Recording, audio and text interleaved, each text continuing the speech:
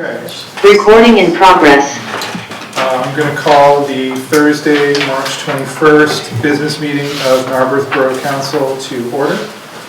Mr. Spear, will you lead us in pledge of allegiance? You read by the pledge. I pledge allegiance to the flag of the United States of America, to the republic which stands one nation, under God, indivisible, with liberty and justice for all.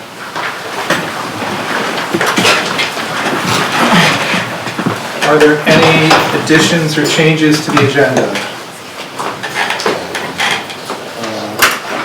Should we roll call first? Oh yeah, that'd be good, sorry.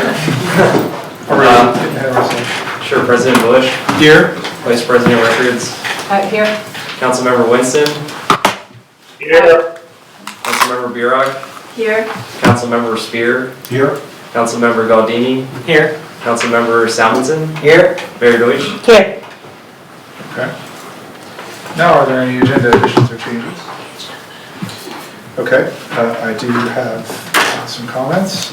So, like many in the Narberth community, I was shocked and disturbed at the anti-Semitic graffiti that was discovered in our downtown.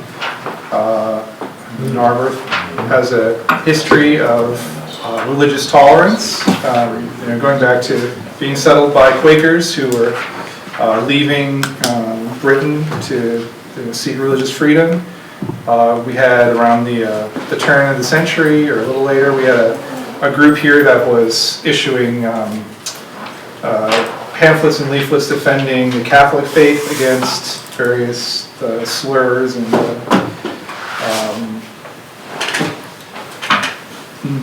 recently, Narberth has become a more diverse religious community, particularly with a strong and vibrant Jewish community, like much of the surrounding area. So I was heartened by the community response. I went on Friday to Nana's to, pick up some food and express my personal support, and learned that the kitchen was too busy to take an order, so I walked out with some frozen empanadas. And I was also heartened by the rally where so many people came to show their support for Nana's. And I'd also like to call out the Borough's Public Works Department's response. The Borough Public Works team came in and helped clean up the site. So, as I said, I moved from being very disturbed to being heartened by the way the community came together to support Nana's. Ms. Mayor, do you have remarks? I just want to thank you for that statement. We appreciate it. As not just a member of the community, I happen to be the first Jewish mayor of the borough, so this was a very impactful thing that happened last week. I appreciate the statement of council. I want to reiterate that while there's no place in this borough for hate, for anti-Semitism, for any kind of hate, any kind of racism, any kind of isms. We are a community of caring and welcoming and warm folks, and we're gonna stand up to any kind of hate speech. That's just not something we'll tolerate. As I too was very moved by the anti-Semitism rally and the friend and support of all our neighbors. It was a rally that just, took a great tone, and I was very appreciative of those who chose to stand up and support Nana's and support the community. So I want to thank everyone who did that, because it restored my faith in humanity. So it was good. So that's it. I also want to say thank you to our officers who took the report and got on it immediately, and our police department handled it very appropriately and very well, and I was very appreciative. There is an active investigation as to, how this happened, who did it. It's still under investigation. So. And for those who have not been to Nana's, delicious vegetarian kosher food. So yeah. Just don't go Friday night. No, they're closed for Shabbat. Closed for the Sabbath. Yeah. Okay. Public comment. All right, so public comment will be 3 minutes. We'll start in the room. If you wish to make a public comment, please stand up and give your name and address. And then you will have 3 minutes.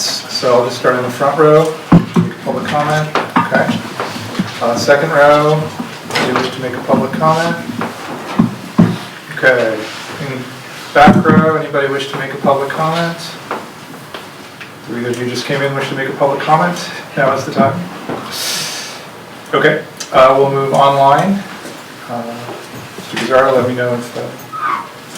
If you wish to make a public comment, please raise your hand and... Are we recording? We are. Carol Marie has her hand raised, so she can go first. Good evening. I'd like to ask several questions. It's Carol Marie Scanlon, Sabine Avenue. What is the progress for the RFP for Sabine Park? There's no change. No new. And are there any updates for the development plans on Sabine? There's no news on Sabine. There's been no action taken on the borough's end. Has the RFP been written or submitted? There's been no action taken, Carol Marie. Great. Now, I also have a question. Well, also I want to let you know that we have a increased uptick of wrong-way traffic on our street, which does end in front of the park.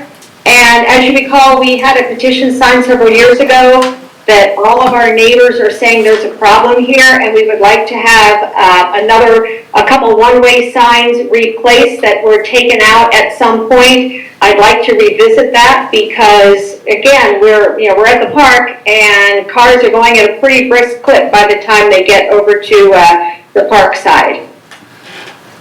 And then additionally, how do you recommend proceeding when I've filed RFPs or right to knows, and they haven't been acknowledged? Do you see the right to knows that are filed? I will let staff talk about the RFP process. The R2. Not RFP, I'm sorry, right to RTP know. process, I'm sorry. Yep, so our right to know officer receives them and will acknowledge them as received. No, I filed one, I've hand delivered right to knows and haven't gotten an acknowledgement. Shall I just file again? Mr. Right to Know Officer? I'll follow up with you after the meeting, okay? Carol Marie? Pardon me? I will follow up with you after the meeting. All right, that is good. Thank you. All right, thank you, Ms. Scanlon. Is there anybody else online who wishes to make a comment? If so, please raise your hand, or otherwise make yourself known. Okay, last chance for anybody in the room. All right, public comment is closed. Let's move to the consent agenda.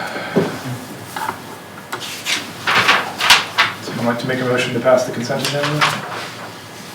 I'm going to pass consent agenda items A through I. Okay, is there a second?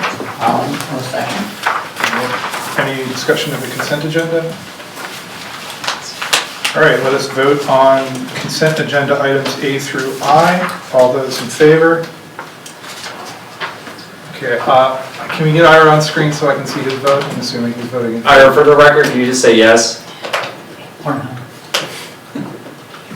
Vote? Yes. All right, great, thanks Ira. Sorry. That's okay. Can you put a pin on him or something so so I can see his, if he wants to raise another issue or something. No, maybe his video's not on. Okay. All right, Ira, just real quick. Okay, it's on. The video is on. All right. We'll get you on screen in a minute. Oh, there we go. Okay, thank you. Let's move on to our first consideration then, a consideration item. Resolution to honor former planning commission member David Borough. Take a motion? I'll move to approve resolution 2024-04 to honor former planning commission member David Brower. Is there a second? Second? All right. It's to you, the planning commissioner folks. It's okay. The motion is seconded, so discussion.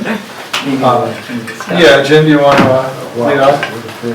Yeah, I had the pleasure of serving with David for a number of years on the planning commission, and I'm sure his voice is going to be missed a lot as an experienced architect and someone with just a tremendous eye for detail particularly about the style of architecture in Narberth and the sort of waves of building that have taken place in Narberth, and his just years of experience he's lent to the formation of our form code, our zoning code, and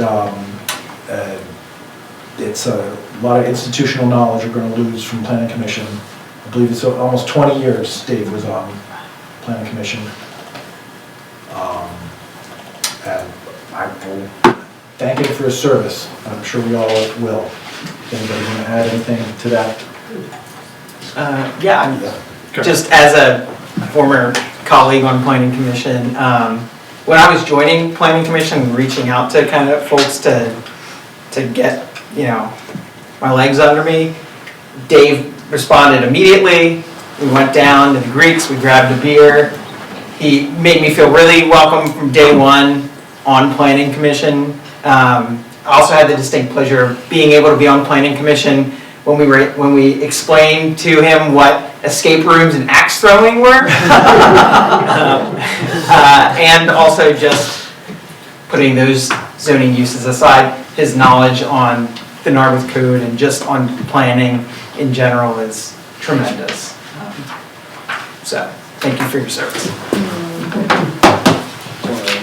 Want to read the resolution? Yeah, I think we can. Well, I'll let anybody else who wants to speak, Andrew. I just want to acknowledge, we are a town full of volunteers. Everybody who sits before you at this table, the council, myself, the planning commission, we're a town that wouldn't run without the dedicated efforts of our volunteers who make this town great, who help guide it into its future.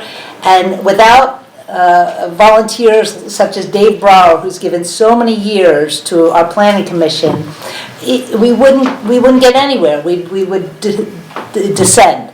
And so it is with great thanks that I know all of us are so appreciative of his efforts and as a dedicated, long-time volunteer to the betterment of this borough. Good. Yeah, so I had a sit down, I believe, soon after joining council with Dave and Jim Cornwell, talking about some of the roles of planning commission, as a person who hadn't had much experience at all with any encounters with the planning commission, learning about how it worked and what the issues were that they were focused on. So it was very, very helpful as a new council member to hear about that. I'm actually looking for the resolution. Does anybody have a resolution I do. on hand? Okay. All right, I'll just read this aloud then. A resolution of Narberth Borough Council and Narberth Borough Mayor, Narberth Borough, Montgomery County, Pennsylvania, honoring the many years of public service of David Brower on the Narberth Planning Commission. Whereas David Brower, AIA, LEEDAP, was born and raised in Paterson, New Jersey, and came to Philadelphia to attend college and to spend his entire professional life in the city and environs. And whereas David received his Master of Architecture degree from the University of Pennsylvania and also received his undergraduate BA degree from Penn, graduating Phi Beta Kappa and magna cum laude. He has been a registered architect since 1980. He is certified by the National Council of Architectural Registration Boards and is qualified as a LEED accredited professional by the United States Green Building Council. And whereas throughout the past 50 years, David has been active in a wide range of local civic and religious organizations, including the ACE Mentoring Program of Eastern Pennsylvania and the Philadelphia Holocaust Remembrance Foundation. He has served on the board of directors of Temple Beth Hillel, Bethel in Minwood, PA, and Martin's Run Retirement Community in Media, PA. He is past chairman of the Building and Grounds Committees for both institutions, and has also been active in numerous long-range planning studies, capital campaigns, and building projects. He now serves on the Board of Governors of Gratz College, where he chairs the Facilities Committee, and Whereas David is a founding partner of Borough, Hauptmann, and Larkin as Architects, formerly Borough and Hauptmann, now in its 38th year. Projects which he has led include Penn State's Hillel Center and State College, Mercy Family Center, North Philadelphia's first LED silver project, and the nation's first project awarded credits for a community charrette workshop, Jack M. Barak Hebrew Academy in Bryn Mawr, and the Child Study Institute at Bryn Mawr College. And whereas David has been a resident of Narberth for more than 4 decades and has held a seat on the Planning Commission for 2 of them, during which time he served as vice chairman and played a central role in the development of the borough's new form-based zoning code. Additionally, he currently serves in the steering committee for the re-envisioning of Station Circle and conversion of it to a proper town square. Prior to his planning commission appointment, Dave mounted a campaign in the late 1980s to save the historic Snyder House at Woodbine and North Narberth Avenues. Though unsuccessful in the end, his efforts demonstrated the viability of adaptive reuse of ordinary structures and created an enthusiasm for preservation that ultimately led to the recent enactment of a historic preservation ordinance for Narberth. Now, therefore, be it resolved that Borough Council and Mayor for the Borough of Narberth hereby recognize David Brower for his years of public service and significant contributions to the Borough of Narberth that have directly influenced the lives of all Narberth Borough citizens. Now, therefore, be it further resolved that Borough Council and Mayor for the Borough of Narberth hereby extend their utmost appreciation on behalf of the Borough to David Brower for his years of public service and significant contributions to the Borough of Narberth, and wish him the best of luck in his future endeavors. All right. I will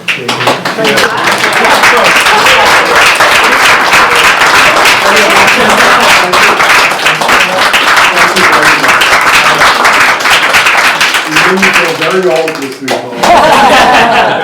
And if I knew you were going to be so nice, I would have done this years ago. You're gonna watch out. We do need the vote though. So we're voting on the resolution honoring Dave Brower. All those in favor? Okay. It is unanimous. Yeah, and the mayor agrees. All right. Good that you're not vetoing this one. And if I could, just say thank you to Jim Cornwell for giving me all of the background information to make that resolution as good as it was, so thank you. Okay. Yep. All right. Next item on the agenda is the Shade Tree Commission. So at this point, I think I take a motion to open nominations for the Shade Tree Commission open spots.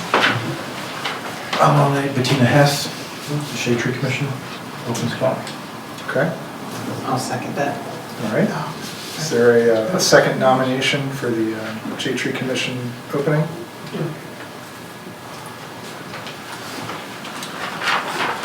All right. Anyone want to have a discussion of Ms. Hess's application? I will say that she's been a shade tree planting volunteer for a number of years. She's a trained tree tender through the Pennsylvania Horticultural Society. And I think she would be a valued addition to the Shade Tree Commission. Okay. She lives across the street from me, so I have occasion to observe her plantings and her careful. They're doing all right. You know, at one point when she was traveling, she made sure to have me come over and water her plants. You know, she's only gone, I don't know, 3 or 4 days, but you know, the plants need to be watered. So she's very attentive to the plants. I can tell you that. I've observed this firsthand. Okay, so we are voting to appoint Bettina Hess to the Shade Tree Commission to a term ending December 31st, 2025. All those in favor? Okay, it's unanimous. Congratulations, Ms. Hess, and once again, thanks for stepping forward. Road paving project. I move to approve to advertise the 2024 road paving program project. Is there a second? I second. Okay. Mr. West. Thank you, Mr. President. So this is the borough's annual road paving program. This is the first step for us to be in a position to successfully mill and overlay the road projects for this year. This is a motion to advertise. This is a publicly bid advertisement that is run by the borough's engineer. And it includes Haverford from Montgomery down to, oh boy. It includes Shirley. Iona, thank you, Iona. And includes Shirley Lane, but not Shirley Circle. Shirley Road. Sure, thank you. Shirley Road, not Shirley Circle. Shirley Circle is a private road.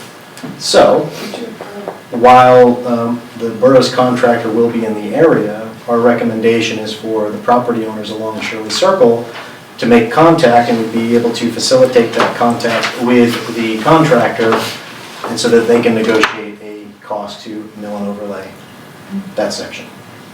We knew someone that looked like. That's right. Yeah. Mr. West is looking at me because I'm on Shirley Circle, which until I saw the bid, did not know, despite the fact that I've lived there for 20 years, that it is apparently a private road. Yep. Things you learn. So, okay. Questions from council? So this is still based on the road conditions analysis from a few years ago? That is correct. Okay.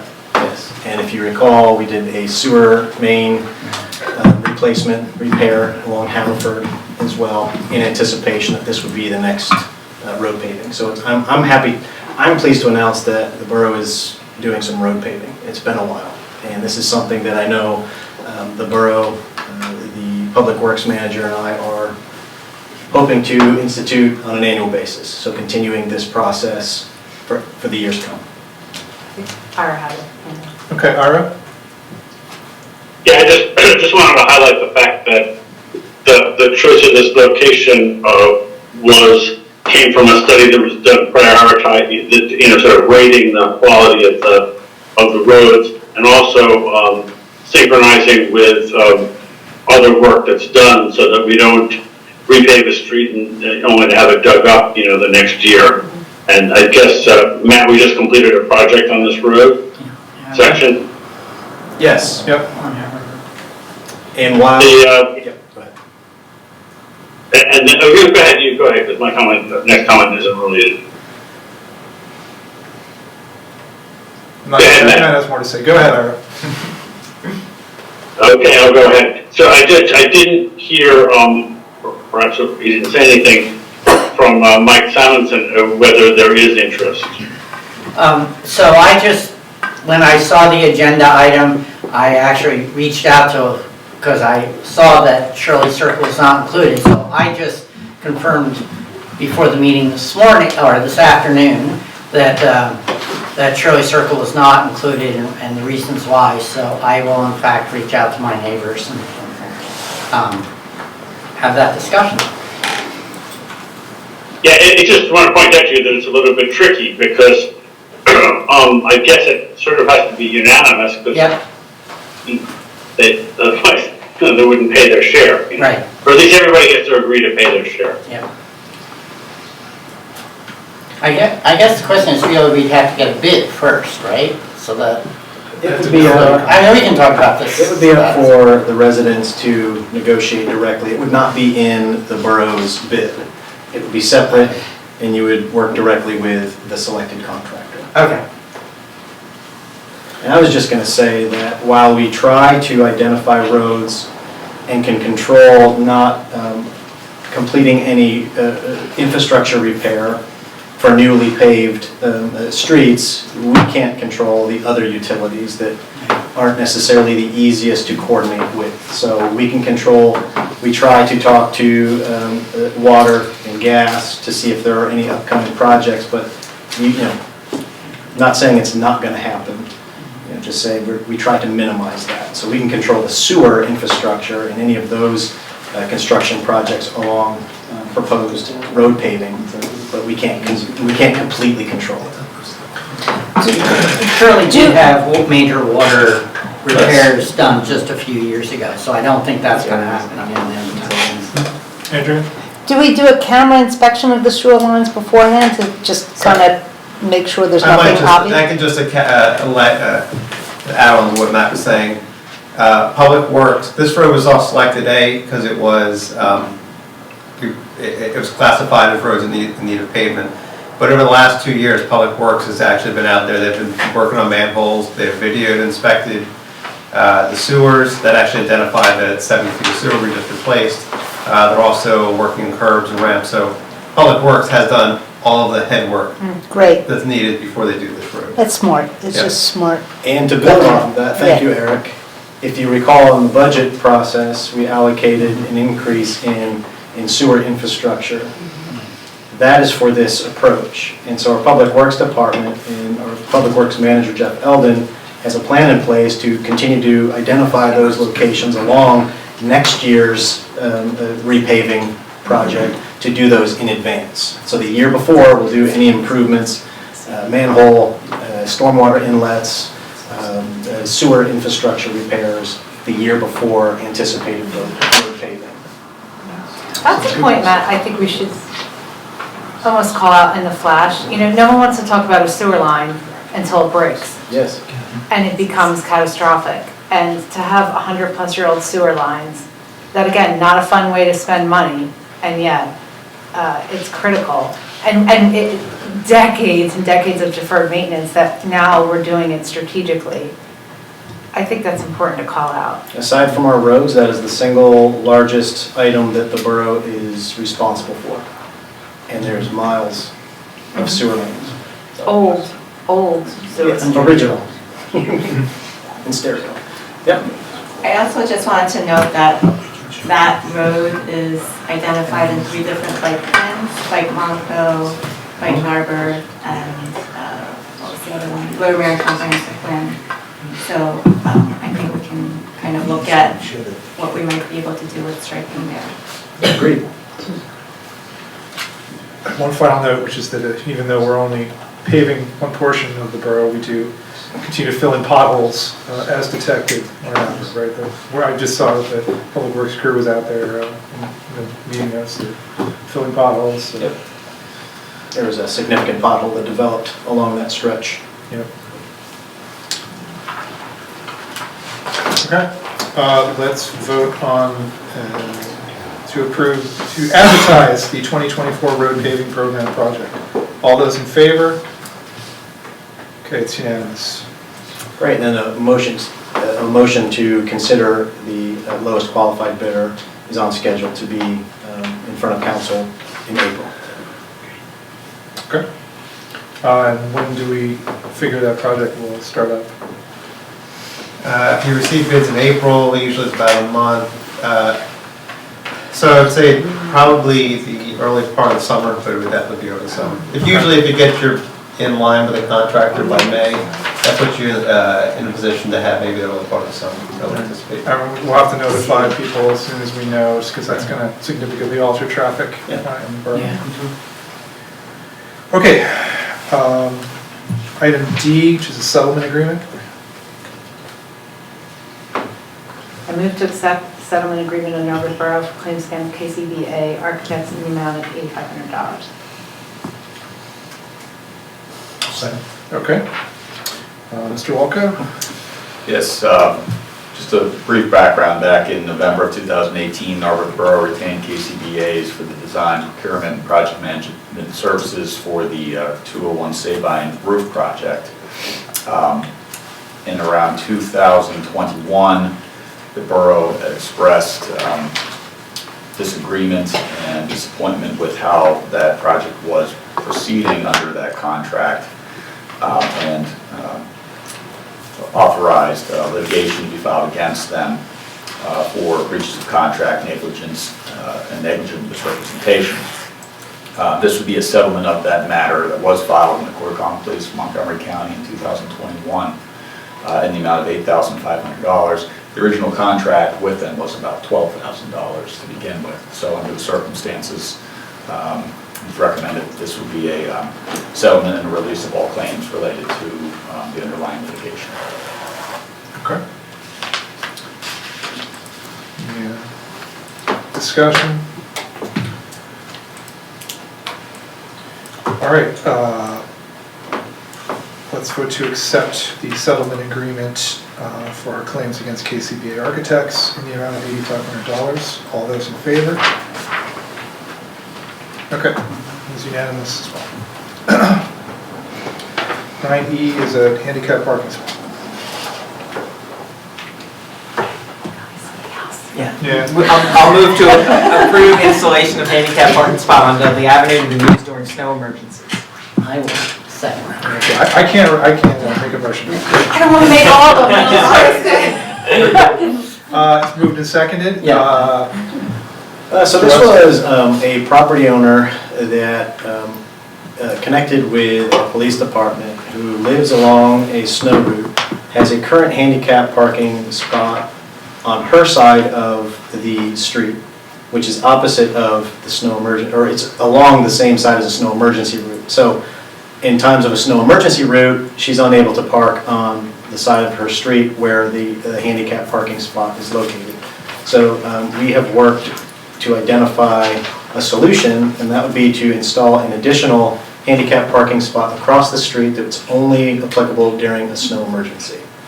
So that's what we're asking for. Will there be signage to that effect, Yes. or, okay, Yes. okay.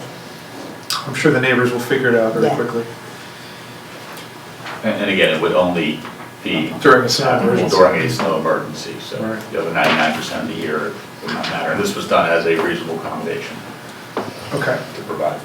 And allegedly in the past, although it's not been documented, I'm aware of, the borough had actually moved the sign back and forth during those times. And I think it was believed that this is a better situation for both the borough, cheaper for the borough in doing that, and a better result for her, the homeowner as well. Okay. All right, let's vote on this handicap parking spot. All those in favor? Opposed? All right, it is unanimous. 9F, plant list. Jim, how about you? All right, I move to approve resolution 2024-05 to adopt the plant material list under section 348-2G of the Narberth Borough Code as recommended by the Shady Tree Commission. Okay, is there a second? I second. Okay. This is a plant list that was developed for our Shade Tree Commission. They put a lot of time and effort into this, and our current ordinance allows for council to entertain adopting a resolution to adopt a plant list, which would then be forwarded to applicants in the future. It's very specific with the plant list. There's a lot of plants. Yeah, there was less. shocked how many there were. About 7 pages of Yeah. approved plants. And when we say approved, so this is for people who want to do new plantings, or this is what the Shade Tree Commission would then offer to the residents? This would only be for situations where there's a land development, Ah. or if there's a permit, or if there's any sort of or need for borough approval or control of that planting. So this won't impact your desire to go out and put in new plants in your garden or your property if you don't need a permit or an approval for that process. Although you can always look at the list if you want. Yeah, no, it's a good list to have because it's native and plants that are likely to survive and grow and thrive. There's also categories of like salt tolerant and underwire trees, so it is a good resource. All right. And just thank you to the Shade Tree Commission for developing this list and providing it to us. So thank you. Okay. Let's vote on resolution 2024-05 to adopt the plant material list as recommended by the Shade Tree Commission. All those in favor? Okay, that's unanimous. Thank you, Shade Tree Commission. 9G, borough-owned vehicles. Move to approve resolution 2024-06 for the sale of borough-owned vehicles. I will second it. Okay, Mr. West. Thank you. Council voted to enact a sale of public goods resolution many years ago. And if that sale of public goods reaches in excess of $1,000 or more, council is required to entertain a motion to approve that. We've had 5 vehicles that have been sitting out in the back lot, for those keeping score at home, rusting away ever so gracefully, that that it's become too cost prohibitive for us to continue to maintain. And so instead of continuing to sink more money into maintaining these vehicles that are falling apart, nor do they fit the needs of the borough anymore, we posted them to Municipid, which is a municipally owned and approved public auction site. If you ever have some spare time, check out Municipid. You can find some really interesting things, and it's open to the public, so anybody can go onto it. It's like the eBay for municipalities. So municipalities, school districts, governments can post their things on this site. Did you ever find the giant scissors? Yes. Okay, you got the giant scissors. That seems like the sort of thing. Anyway, go ahead now. So we're talking everything from the big dump truck that we used to use to snowplow that was not the right size for the borough. That sold for $3,900. A 2012 Ram 2500, that was the high bid of $7,300. And if you remember the old lieutenant's car or sergeant's car, which then got repurposed into the parking controller's car, which I don't think anybody would want to ever ride in anymore because it's just that dilapidated, that got a whopping $1,500. We then sold 2 police vehicles, a 2013 Ford Explorer for $4,101 and a 2014 Dodge Charger for $4,100. Just for council's knowledge, all these vehicles have been replaced as well already. Yes, and right sized. Great, thanks. Yes, clearing up the back parking lot. Okay. Let's vote to approve the sale of borough-owned vehicles. All those in favor? Okay, it is unanimous. Thank you for clearing out the attic, so to speak. If I could just make a point for the record on this too, just for the public and council's understanding, that Municipid is a special website that goes through the proper public bidding requirements that would need to be done under the borough code or any procurement codes in order to sell that property. So it's not just like going on eBay. It has its own system and the advertisement requirements. And that's why that system is used for municipalities. Okay. And it saves staff a significant amount of time to be able to use it instead of having to publicly bid every single vehicle. And it clears parking spaces at Sabine. Yeah. That's where it is. Yeah.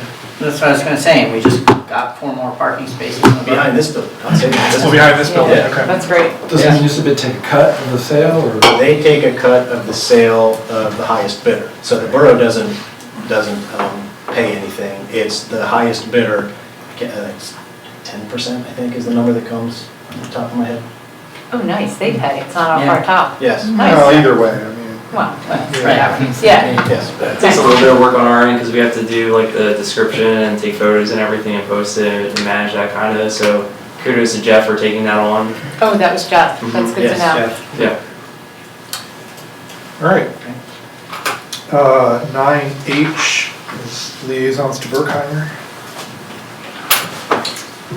I move to approve resolution 2024-07 to appoint liaisons with Burkheim Associates for the purpose of sharing EIT information for official purposes. I will second that. Okay. So this one, followed by the next one, are 2 housekeeping resolutions. Since we've had a turnover in borough management, in coordination with Berkheimer, who is the borough's contracted EIT tax collector, as identified and selected through the Montgomery County Taxing Committee. All municipalities in Montgomery County use Berkheimer. In order for them to provide reports to the office, we need to make sure that we have the right people who have been identified to Berkheimer to make that happen. Previously, it listed a person, and their recommendation this go-round is to appoint the position, to say the borough manager. And so then you'll see on the follow-up resolution is appointing Alan and I as the delegates to the tax collection committee. Those are the 2 things that Berkheimer needs for us to continue to manage and maintain our EIT collection. In future years, these appointments for the delegates will appear on the annual appointments list. Since it's mid-year, I didn't want to go and do another appointments list. We'll just do an appointment resolution, which is the next one.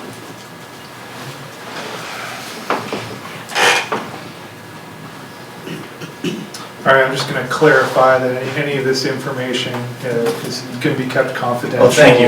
Yeah, and we don't ever get confidential information. When they say confidential in our world, from the borough receiving, is that we get the amounts of tax dollars that were collected. We never see people's names, we never see people's income, nothing. This is the amount, and these are the types of residents that you get. We never see any confidential information. Thanks. And we as council will not have access, it's going through you as borough manager. So. I mean, we see the aggregated information. We Yeah, see the we total get revenue. the tax, the total number collected, but we don't get anything else. Okay, so we're voting to appoint liaisons with Brookheimer Associates. All those in favor? Okay, so once again, and 9I, delegates to the Montgomery County Tax Committee. I move to approve Resolution 2024-08 to appoint delegates to the Montgomery County Tax Collection Committee. A second. Okay, seconded by Mr. Spear. Nothing further. Nothing new? Yep. Okay. Any questions? All right, we're voting to appoint delegates to the Montgomery County Tax Collection Committee. All those in favor? All right, this is unanimous. Okay. 9J, Certificate of Appropriateness. I move to approve the certificate of appropriateness for 230 Haverford. Okay, is there a second? Second. All right. So I'll note that, under our Historic District Act, certificate of appropriateness is required for certain construction activities, and while many of these are smaller and more routine projects, we've approved several in our consent agenda. 230 Haverford is big. We expect to have regular agenda items for larger projects like 230 Haverford for certificate of appropriateness. So that being said, should we, do we want to read or summarize the letter from the recommendation letter from the HARB, or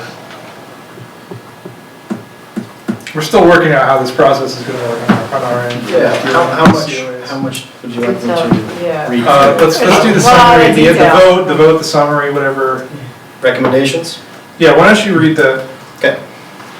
By a unanimous vote of 6-0, the HARB chair was not in attendance. The HARB agreed to recommend to Borough Council the approval of the demolition component of the Certificate of Appropriateness application.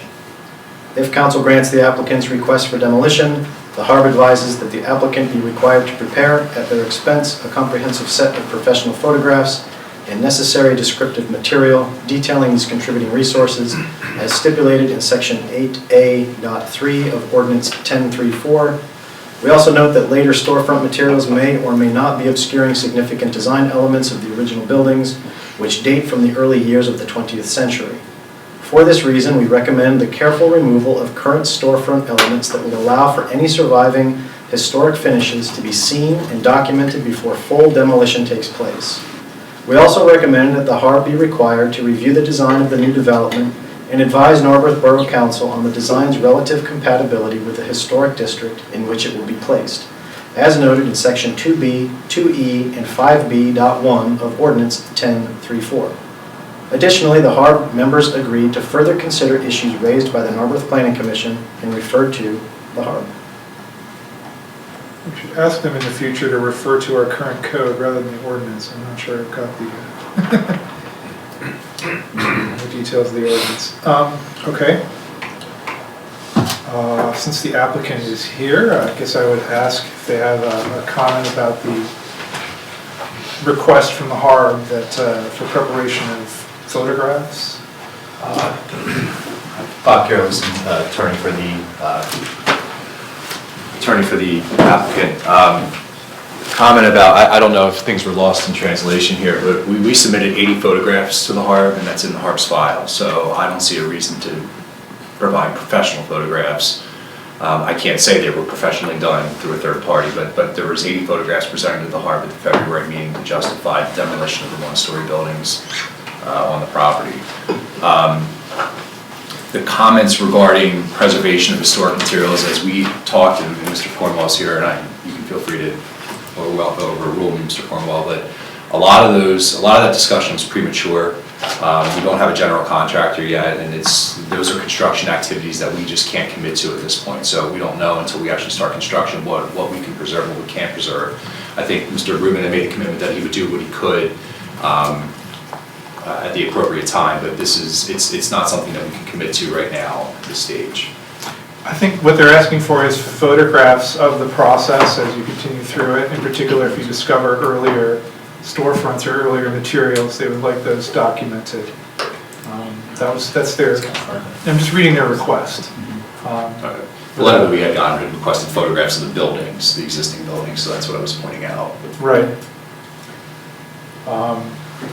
So do you have a comment about the request to take photographs during the process to document earlier material? Okay. Everyone's okay with that? Okay. Does council have any questions? I think we have at least one member of the HARB here if we need to, possibly two. I mean, I think the idea is we may take down a sign front and there might be something behind it that nobody even remembers exists. Well, that's what the photograph request is, but I mean, you can talk about the larger issue, you know, the request for demolition, which I think is the main concern of council here. Obviously, this project, you know, requires demolition of these buildings. The HARB is recommending it. I don't think that anyone, I don't want to belabor this because the HARB has done such a thorough job. No one that's been inside of those buildings would argue that they are able to be saved. Additionally, again, not an architect, but a one-story stucco building is not something that I can see. I agree with the HARB is not a contributing factor. So I would just only say thank you for your work, and I'm glad that we're taking that vote tonight. Yeah, I mean, having seen a number of those 80 photographs, some of them are document buildings that are in very poor condition. So. All right, let's vote to approve the certificate of appropriateness for 230 Haverford. All those in favor? Okay, it is unanimous, and thank you to the folks on the HARB for your work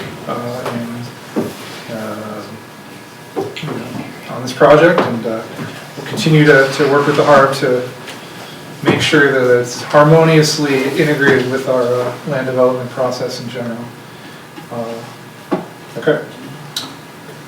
Now we have a presentation item from the 230 Haverford Development Group. So, let us know what you need on our end. Yeah, we have a And I think Ira will take you off screen now so that they can use the full screen. So if you need to say anything, just speak up. Okay. So, again, hi, I'm Bob Carlos, I'm the attorney for the applicant. While we're getting the presentation loaded, I thought I would give just an overview of the process for members of the public. We're not at a conditional use hearing, we haven't been following our process. As you heard just a moment ago, our proposal is to demolish the one-story structures along Haverford Avenue, preserve the Get building, and although it's not part of our application, the Revivals building and the Little Gym building, again, not part of this application, are proposed to remain. And as I mentioned, we met with the HARB in February, we also met with them in January, we gathered feedback from them on the proposed plan, and as Mr. Bush indicated, there was a recommendation of approval for our certificate of appropriateness application that was just voted on by council. In place of the existing one-story buildings, we are proposing two new three-story mixed-use buildings. The first building would span from the... I just want to share the screen. Yeah, sorry. And let me pause for a second for council. So during this presentation, if you have questions about what you see on screen, feel free to ask. But I think we will go through the review letters afterwards. So if you have concerns about what's in the review letters, save them for after this presentation. Okay, so get out of here. All right. So the first of our two buildings would span from what's approximately Mapes down to McShay's now, That would be our larger apartment building or mixed-use building with 21 units. Where Easy Phone Repair is right now would be the proposed courtyard, which you'll see, we have pictures of, and we'll show the public. You can actually see what's on right now, the screen right now. This is the approximate area of Easy Phone Repair right now, which would become a courtyard, which we think is just an exciting opportunity to rejuvenate the retail experience along Haverford Avenue and enhance some of the public gathering opportunities for this community. As I mentioned, the Get building would be preserved. It's a 2-story building to remain. On the other side of it, another 3-story mixed-use building, smaller mixed-use building, would be preserved. So between Get and that new building, you would have a total of 4 apartments and retail on the ground floor. Now, one thing to note is we do think that the opportunity to sort of provide the courtyard in addition to rejuvenating some of the retail experience here, it also really provides a nice opportunity to really illuminate the Get building, which is a nice piece of Haverford Avenue in Arbor's history. By pulling away that 1-story building, it really allows to display that building more prominently. For those who, again, not from following this, we had the 3 stories and the provision of 2 principal buildings along the line were approved by conditional use by council on February 15th.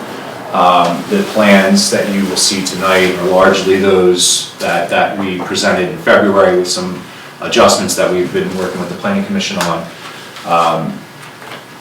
And again, that conditional use was granted in February. We've been to your Planning Commission. I guess I'd be remiss if I didn't say that this really has been a 4-year process for us. Mr. Rubin purchased these buildings prior to the pandemic and has been working to bring a great project to Narberth and this community. We met with the Planning Commission 2 or 3 times, I think, which I guess we would call informal public meeting, right? Not subject to a formal application, but maybe in the place of what we would normally have had years ago for a sketch plan to show footprints, ideas, and further to the discussion that occurred earlier in this meeting, this borough, in my experience as a developer's attorney, a lot of municipalities would say that they'll make their Planning Commission members available to you for questions and informal discussions, just to get the bones of the project ready for a public meeting. Not many municipalities carry through on that. This borough is a certain exception to that, where this is a second job for the members who serve on the Planning Commission, who spend a lot of time making themselves available to us. And Mr. Bresci, Mr. Corman, Mr. Barr are no exception to that. We've had many discussions with them, just trying to understand intent of the code, what we're looking for here. And so in addition to the 2 or 3 informal public meetings that we've had with the Planning Commission that occurred last year, we met with the Planning Commission in January on the first presentation of these plans, which look much different, these renderings, than what the initial proposal of what you're seeing now. In February, we met with the Planning Commission again. That was limited to the conditional use, and we received a recommendation of approval from the Planning Commission on a conditional use application. And then we met with them again in March to present all the feedback that we had gotten in nice pictures, not just from the Planning Commission, but from the HARB, comments that we've heard from the community, and what you're seeing now is a product of that. And I hope by having a recommendation of approval 6-0 with 1 abstention, that it's an indication that we have, from the Planning Commission, that the developers team has shown them that we've taken their comments seriously, which have been a lot of comments, and try to put it together into a project that would be a great addition to Narberth Borough. So with that said, I'll maybe just ask Nancy Bashan, our architect, to come up here and just kind of go through the renderings first. We also have Mr. Rubin available, and we have Patrick Spellman and Andrew Malmstrom from Site Engineering Concepts. We can also go through the site plan, and then we're happy to answer questions that Borough Council may have. Thanks, Bob. Bob actually did a Do you want to really, start from the beginning? really good job, but yeah, you could, Start from the beginning? yeah, and maybe we should just pull up the plans. Sorry. Sure, Do you want to yeah. just go to the plans and we'll start there, just to reorient everybody quickly. That one. So here's the proposed site plan, and as Bob was saying, here's the Get Cafe building that's being maintained. We're adding a new 3-story building on this plan to the right of that. This is the courtyard that's being created, and then this is the new proposed balance of the new proposed construction. The parking lot remains the same, we're not touching that at all. But this is the 2 buildings that we're talking about as being new, and then the Get Cafe building being renovated. We'll go to the next slide. This shows the new big building plan with just an idea of how it could be broken down. And we worked back and forth with the Planning Commission. Just scroll down, sorry, a little bit, you see the other way. Sorry, to get to Haverford Avenue. Yeah. Sorry, to make sure we have enough ways in and out of, and doors and movement happening along the facade at the ground floor. This just shows one way to potentially break it down. We don't know how it's going to be broken down. It will be broken down a lot of ways, but this would be the entry to retail along Haverford, which would turn the corner into the courtyard, so this corner retail space could open out onto that courtyard. This is the entry to the apartments and the elevator that would take you up to the 2nd and 3rd floor. So those apartments would show up in the next plan. On top of this, so in total we have dwelling units at the 2nd and 3rd floor. So this is the 2nd floor. A couple of units have nice balconies at the 2nd floor. Again, breaking up that facade along Haverford is something we worked a lot on, back and forth with the Planning Commission and the Harb. And when you go to the 3rd floor, you'll see how that breaks down. It's a total of 21 dwelling units in this building. Balcony at the corner, really terraces, they're quite large, and a nice big balcony in the middle, but you can see a lot of movement in that facade along the front there. And if you just keep going, you'll see the Get Cafe building remains, but as Bob mentioned, we now have the courtyard adjacent to it, so we can reopen some of those windows along there, and it'll be, I think, really great to rediscover that building along its side and have that be able to be completely different building. This is our new proposed building, which will have a staircase that will lead you up to the 2nd floor above the Get Cafe, as well as our new 2nd floor. We have 2 one-bedroom units above the Get Cafe, and then we'll have bi-level units here in our new building. So you'll go into that unit, it'll have an internal stair to take you up to that 3rd floor. The unit at the front has a large balcony overlooking Haverford Avenue. So, the net result here is a total of 25 new units, and hopefully, and I'm sure a lot of activation along Haverford with the back and forth and the balconies and openings up onto Haverford Avenue. So if you just keep going, these are the elevations. There's very tiny elevations on this plan.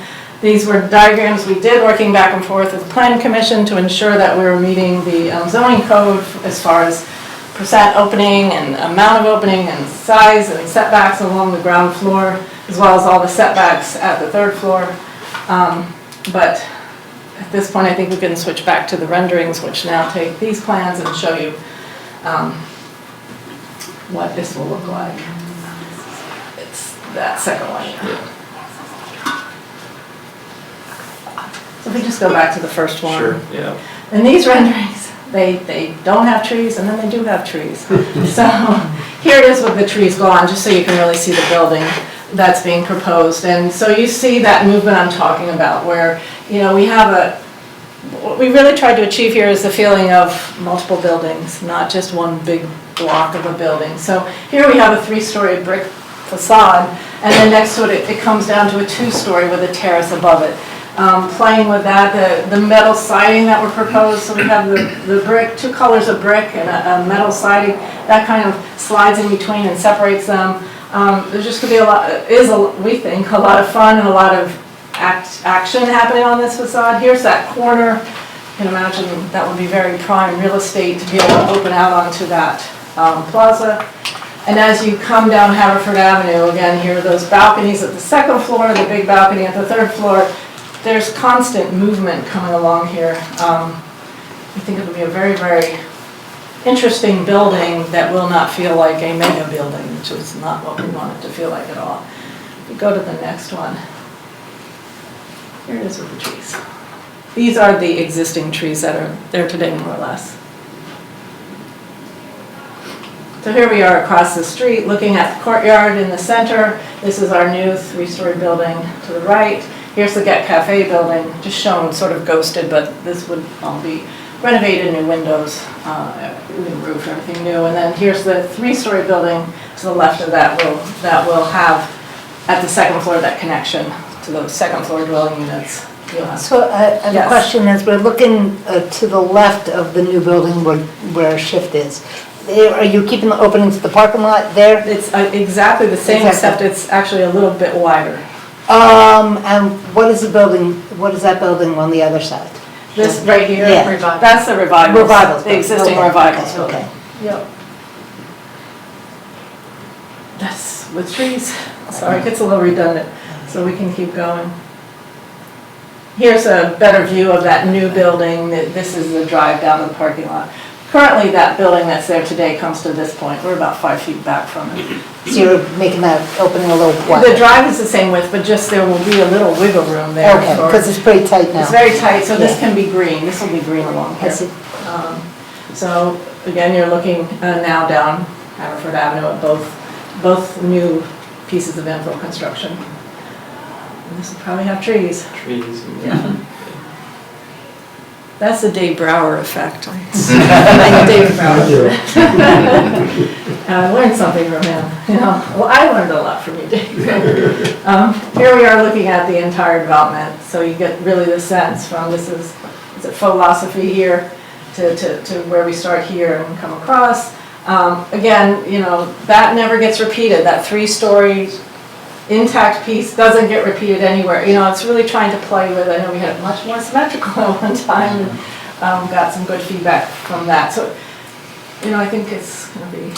Sorry to, No. so how many openings are there to storefronts currently, and how many will there be when you're done? Well, there's 5 now when we're done. I'd have to go look at it How many again. are there as it Yeah. exists I today? mean, there's one here, you know, 1, 2, 3, I mean, there may be more than 5. Oh, so are But there it's very more in similar. this, similar, It's or? probably very similar, maybe 1 or 2 less, I'm not sure, because they're very narrow. Part of what Tim struggles with is it's very narrow retail, and so this will not be that exact narrowness, Okay. but there are multiple entry points into it. Okay, Yeah. so there'll be an opportunity to adjust for different types of Absolutely. retailers? Yes. Correct. Absolutely. With trees. With trees. I appreciate it with the trees. Don't It have really it, takes- yeah. seeing both, I really, It it really helps does. to see it both ways. It does. That's what I learned from Dave. It really helps.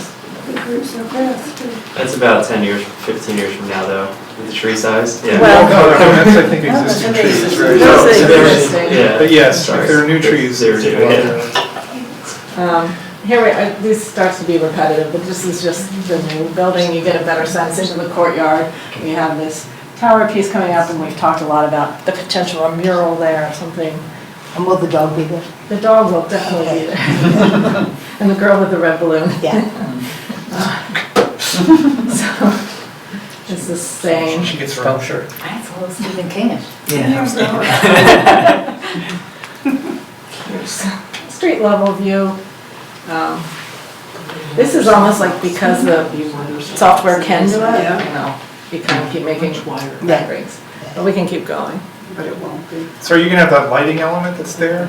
Yeah, we're showing like lights on the building, chance for lights. Oh, this was Jim Cornwall. There's his Keystone trim that we talked about. So that's been added. So again, I really loved his idea here. We put the cast stone trim here, it's not here. Again, just details that will make this feel much more interesting and not one monolithic building. I forgot to put it on this one. Too many renderings. And I think eventually, maybe that's it. No, we keep going. I think we have to get to the rear. Here's the rear of the building from the parking lot. As I mentioned, the parking lot stays the same, it's intact. There's a trash pickup area here, that's the same, it stays intact. Here's, right now, we all know there's that 4-foot wide connection from Haverford back to the parking lot. Will be the new way to come back to the parking lot. Here's the entry into the residential. We have brick as the base, and then it goes up the building, and then that metal siding comes and wraps around. Lots of windows, Juliet balconies, a lot of fun. And this was just a view down Haverford to give you a sense of the scale. This is what's existing as you're looking down Haverford on the right-hand side as you're standing there. Here's the Revivals building, here's the Get Cafe, and here's our infill. We're happy that it, to us, feels very much like it fits. And that's just back to where we started. Any questions about the? Is the sidewalk really wider? That's how. It is now. No, it's the same. It will be the same. You know, I don't see like parking meters in this. Right. Do it? Yeah. So there will be Yes. opportunity for parking along the side? Yeah, absolutely. And, okay, because once you have the cars filled in with the parking, it's not going to feel so wide. No. Right. This is idealized, how often are there no cars? Never. But it's fun to see the people drinking coffee and the dog. Yes, yeah. But so this feels wider than, as it feels now because of the cars on both sides of the street? Exactly. Okay. And it's perspectives are a little distorted. Of course. She went stood there, may not feel exactly like that. Yeah. But that is how tall the buildings are. But I noticed there's 3 Yeah, stories, so yeah. the buildings on the other side are all 3 stories? all No, around? up to the Greeks. They are 3 and then 2. Okay, right, yeah. But that corner is really anchored with that 3 stories. Are you maintaining the same setback to the street that's currently there? Yes. The same. Okay, Yeah. so the The interaction Get with the Cafe- street ought to be. Yeah, the Get similar. Cafe actually sticks out a little further if you notice Yeah, from it the. does, yeah. But we will not do that. We will be back at the property line. Oh, you will move it back? We won't move the Get Cafe, but Right, our right, new 'cause they're buildings, saying, yeah, we'll be back, as the current buildings are back. Right. So, Nancy, I'm sorry, just to clarify again, kind of for the public, the little alley, the smoker's alley, as it's referred to, that was near it was. The narrow little alley to the parking lot is being replaced with the open public plaza. Right. The existing driveway to access that parking lot is staying the same. Exactly the same, yes. And how's this going to feel, because this side of the street is an older, organic kind of feel. It's not modern as, and then this is going to be, all new. How's that going to, how's that going to feel? I think it's gonna feel great. Okay. We worked really hard to not have this feel, there's a layer of an organic built into it.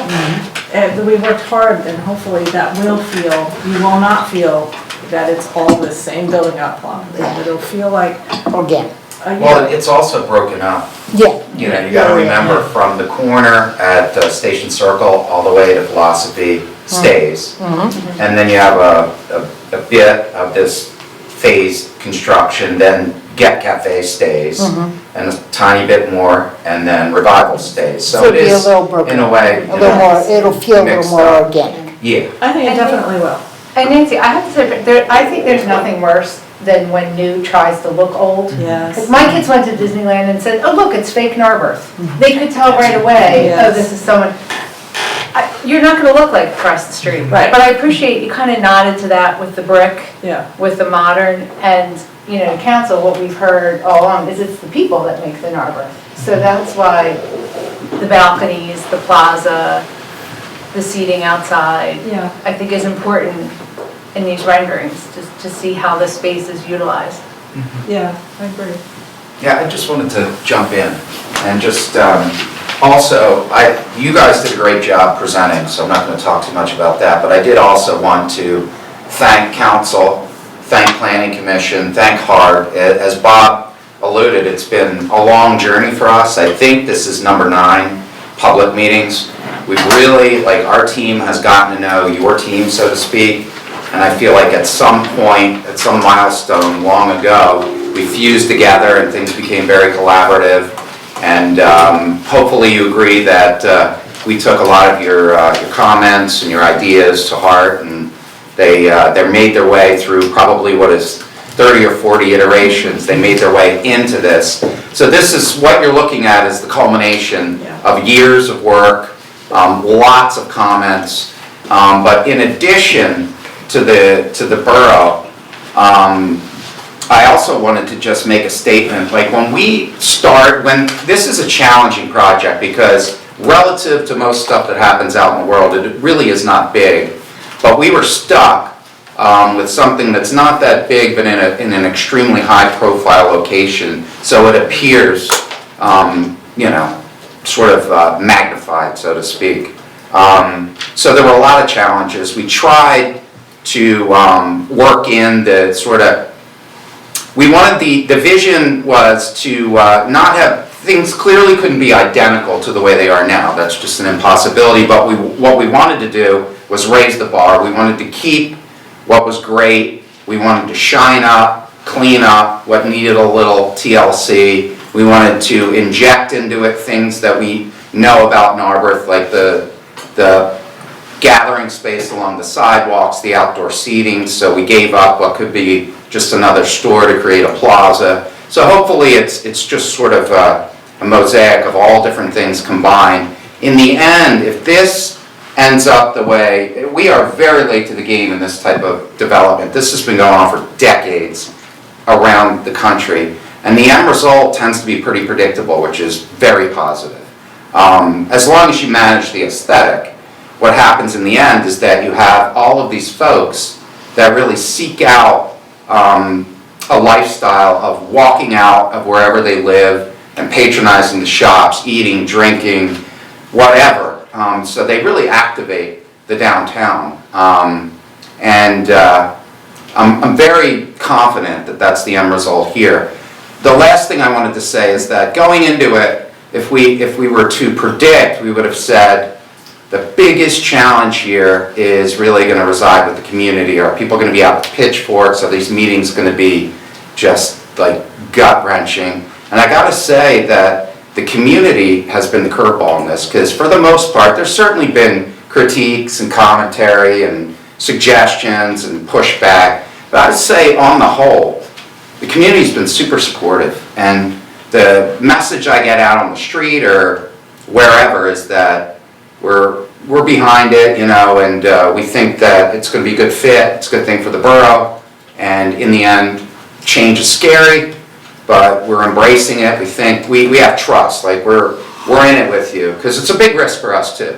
So that was just a little bit of a curveball, so I'd like to also just acknowledge the community and thank the community, because you've been super supportive, and it does make a difference. When we finish the meetings, we circle up and we talk about it. It's been very a positive experience, so thank you all. That's all I have.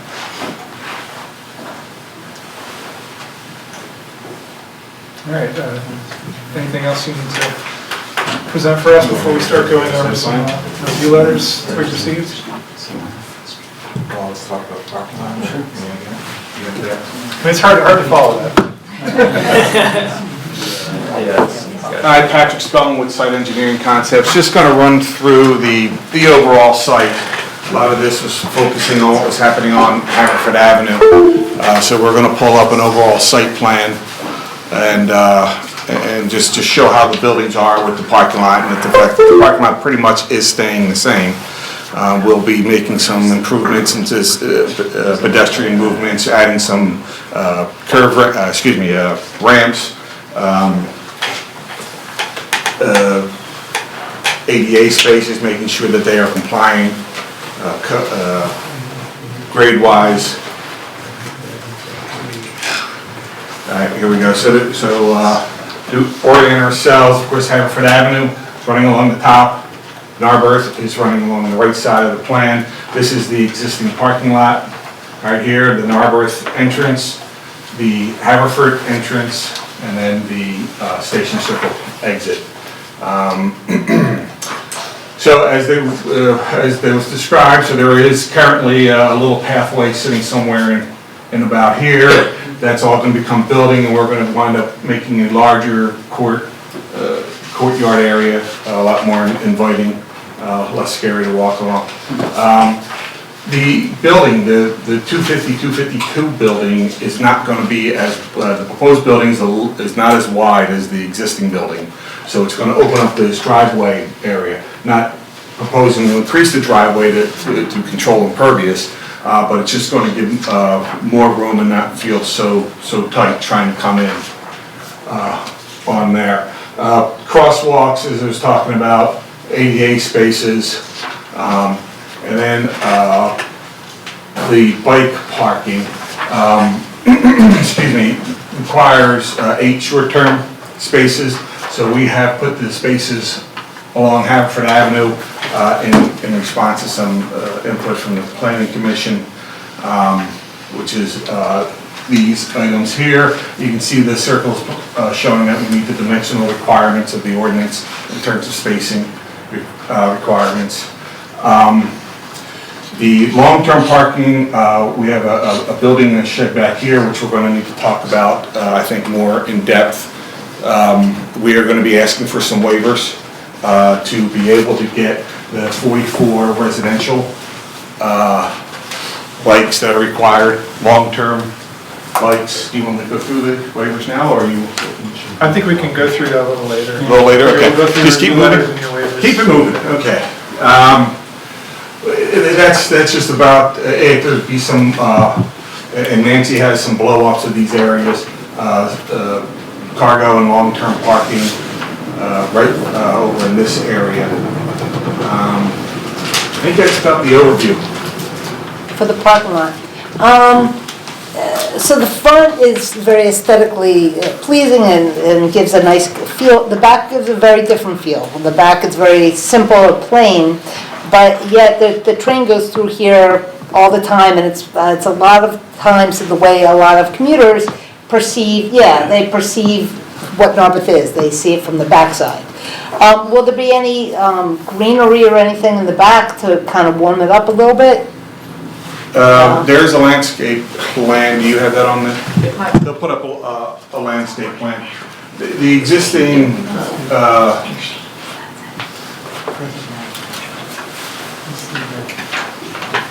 so we still, this existing green area that's back in this corner will stay as it is. That's How about the building? The building is very kind of stark. As far as on the building? Just near the building, any So, kind of trees or anything like that? There will be 6 shade trees in the In parking the- islands Okay. that are there. They will have, of course, ground cover associated with them. But yeah, Okay.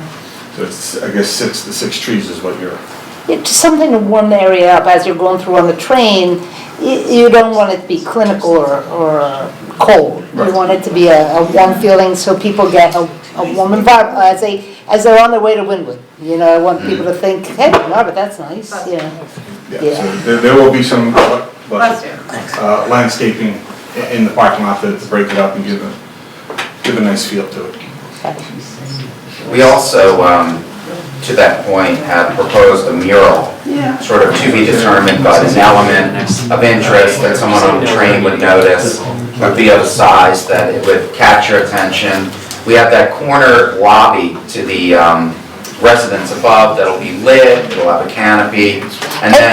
I'm looking for a warm feeling. Yeah. As you go through, you want it to be an inviting experience so that, you know, next time they're in a car and or maybe they get off in Narberth, they have a warm feeling about it as opposed to a harshness.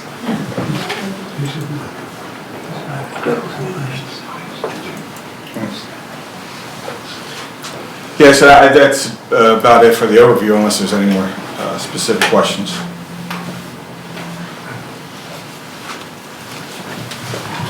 Well, do you want to talk about the green roof briefly? Is that your? Okay, yeah, your sure. topic?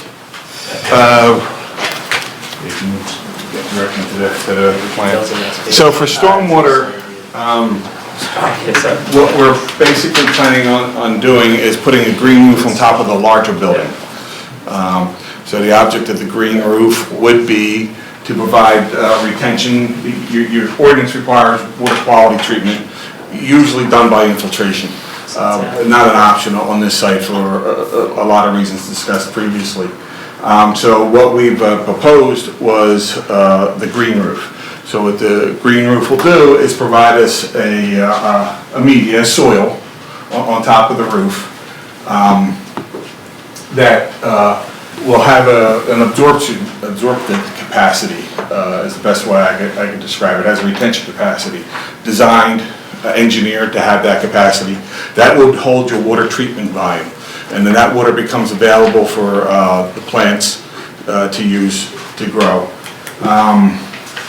And it would also then provide, the green roof also would then provide rate control by decreasing our curve number, by slowing the water down that's leaving the roof. And the object is to have the water slow down and get captured enough on this larger building that it compensates for the whole project as a whole, yeah. Would that be visible from the train?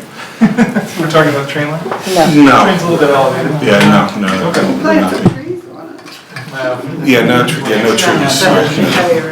Yeah. And would that capture like an average storm, or what, in the case of torrential, what happened? Yeah, so it has its capacity. Its capacity is based on the change in the 2-year storm, which makes up 85% of the storms that we have around here. And what happens if we have a extra? So the extra, there are overflows, Okay. rainwater conductors through the building that will take it down into the inlets that are currently in the parking lot. These inlets will get some new piping to get them out to Haverford. Is that what happens today then? If there's a 100-year storm, I guess maybe less, where does the rainwater go currently? Just so the public understands if there's going to be any difference. So these two inlets do, I said Haverford, but this one inlet does go out to Station Circle. This one inlet does go out now to Haverford, and they will stay the same. So those connections will be maintained. This one will be improved. Right now, it's a confluted system through the building, and what we'll wind up having is a system down through the courtyard, so it's not running underneath the building. And Eric, you can probably correct me if I'm wrong, our standards, the delta between the 2-year and the 1-year? Right, so this project would be classified as redevelopment. So you have, when you look at stormwater management, you have the peak rate reduction, water quality, and then and by that, by default, you have to take whatever falls on the site in 1 year now, they need to control during a 2-year storm. And that's what would be held within the soil media.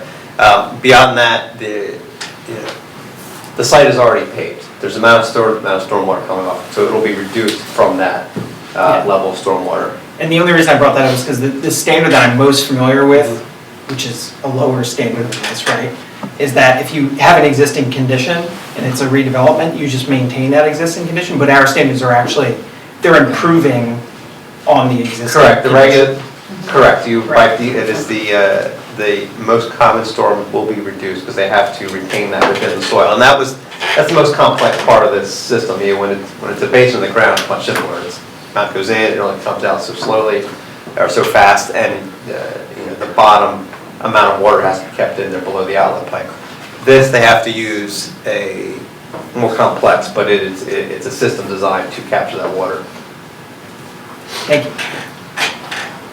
Just from the layman's perspective, I always, just for people to understand this, it's basically, like if you plant a plant in a pot, when you pour water in it, the soil, what we're gonna have on this green roof is basically stuff that's gonna absorb that water. And of course, eventually if you overwater your plant, it comes out the bottom. The good thing is, it not only, if it does come out, it's gonna come out at a more controlled rate in theory, because it's having to percolate through the roof and materials. So you might have the same amount of output. Well, you're gonna have less output because the roof's gonna sort of sunk it, but even the stuff that comes out is gonna come out at, as I understand, a more controlled rate than what we have now, where it's just, once you hit the maximum, it's pouring out. And if anybody like me takes the train, you know that all that water that comes down the back goes right into the train tunnel, and there are times where we can't get through the train tunnel without having your above the ankles getting wet because we can't pump it out fast enough. So it's probably gonna happen a lot less. So I appreciate that. All right, do we have any more, do you have anything more to present to us, or shall we move on to some of the review letters we've received? Okay. What's the best way to proceed here? So I think we'll want to work through the specific review letters that we've received, and council members can raise concerns as we go through. Should we start with Eric, our borough engineer? We've got your letter is in the packet. So why don't you walk us through any areas where sort of I know they've agreed to comply with a number of these conditions. So why don't you walk us through what remains to be dealt with? Let's see.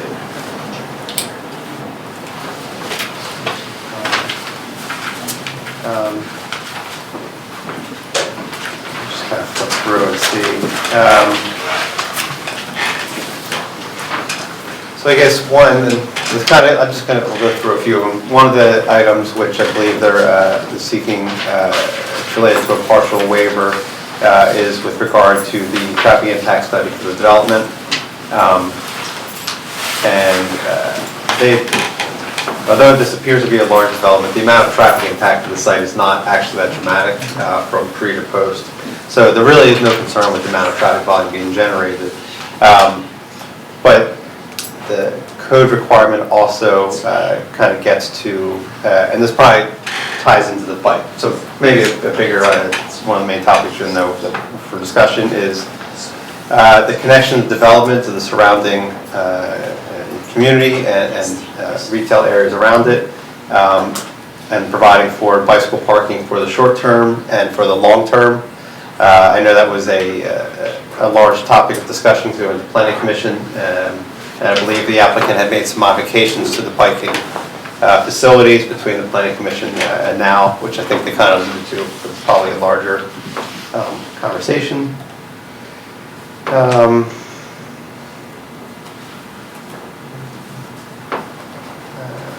Lighting, they're providing some additional information with regarding to the lighting in the parking lot. It's really nothing of concern. They just will make sure that everyone is in compliance with parking in the parking lot.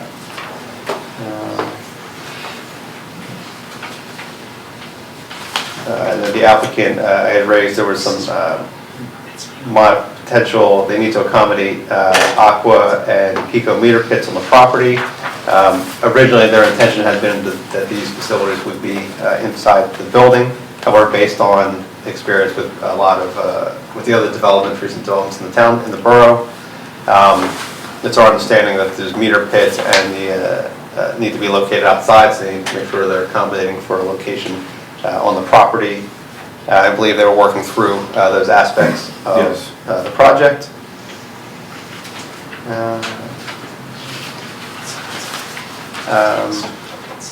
Additional details, and then it's bicycle parking, and then another probably other primary item, which I know the applicant had been working through, was circulation of vehicles such as trash and other similar vehicles on the site. Right now, as you know, the parking in the rear, there's dumpsters to the rear of the property in that enclosure that collects trash for the whole facility. As of now, those dumpsters are serviced by the trash hauler by driving from Station Circle up the exit driveway to reach the dumpsters, which is not a preferable situation or condition. And furthermore, that is something that if you are looking at the future of Station Circle, having that could be, that could limit, having to accommodate the trash truck driving the wrong way up there. So one of the comments, which I believe they were continuing to work on, was providing for the access from one of the driveways to drive the vehicles a proper direction through the parking lot to service the rear of the building. We had some discussions with the applicant, and they were his engineer who was working on the review comment between the last planning commission meeting and now. We also have a turning template after talking to Ms. Caro.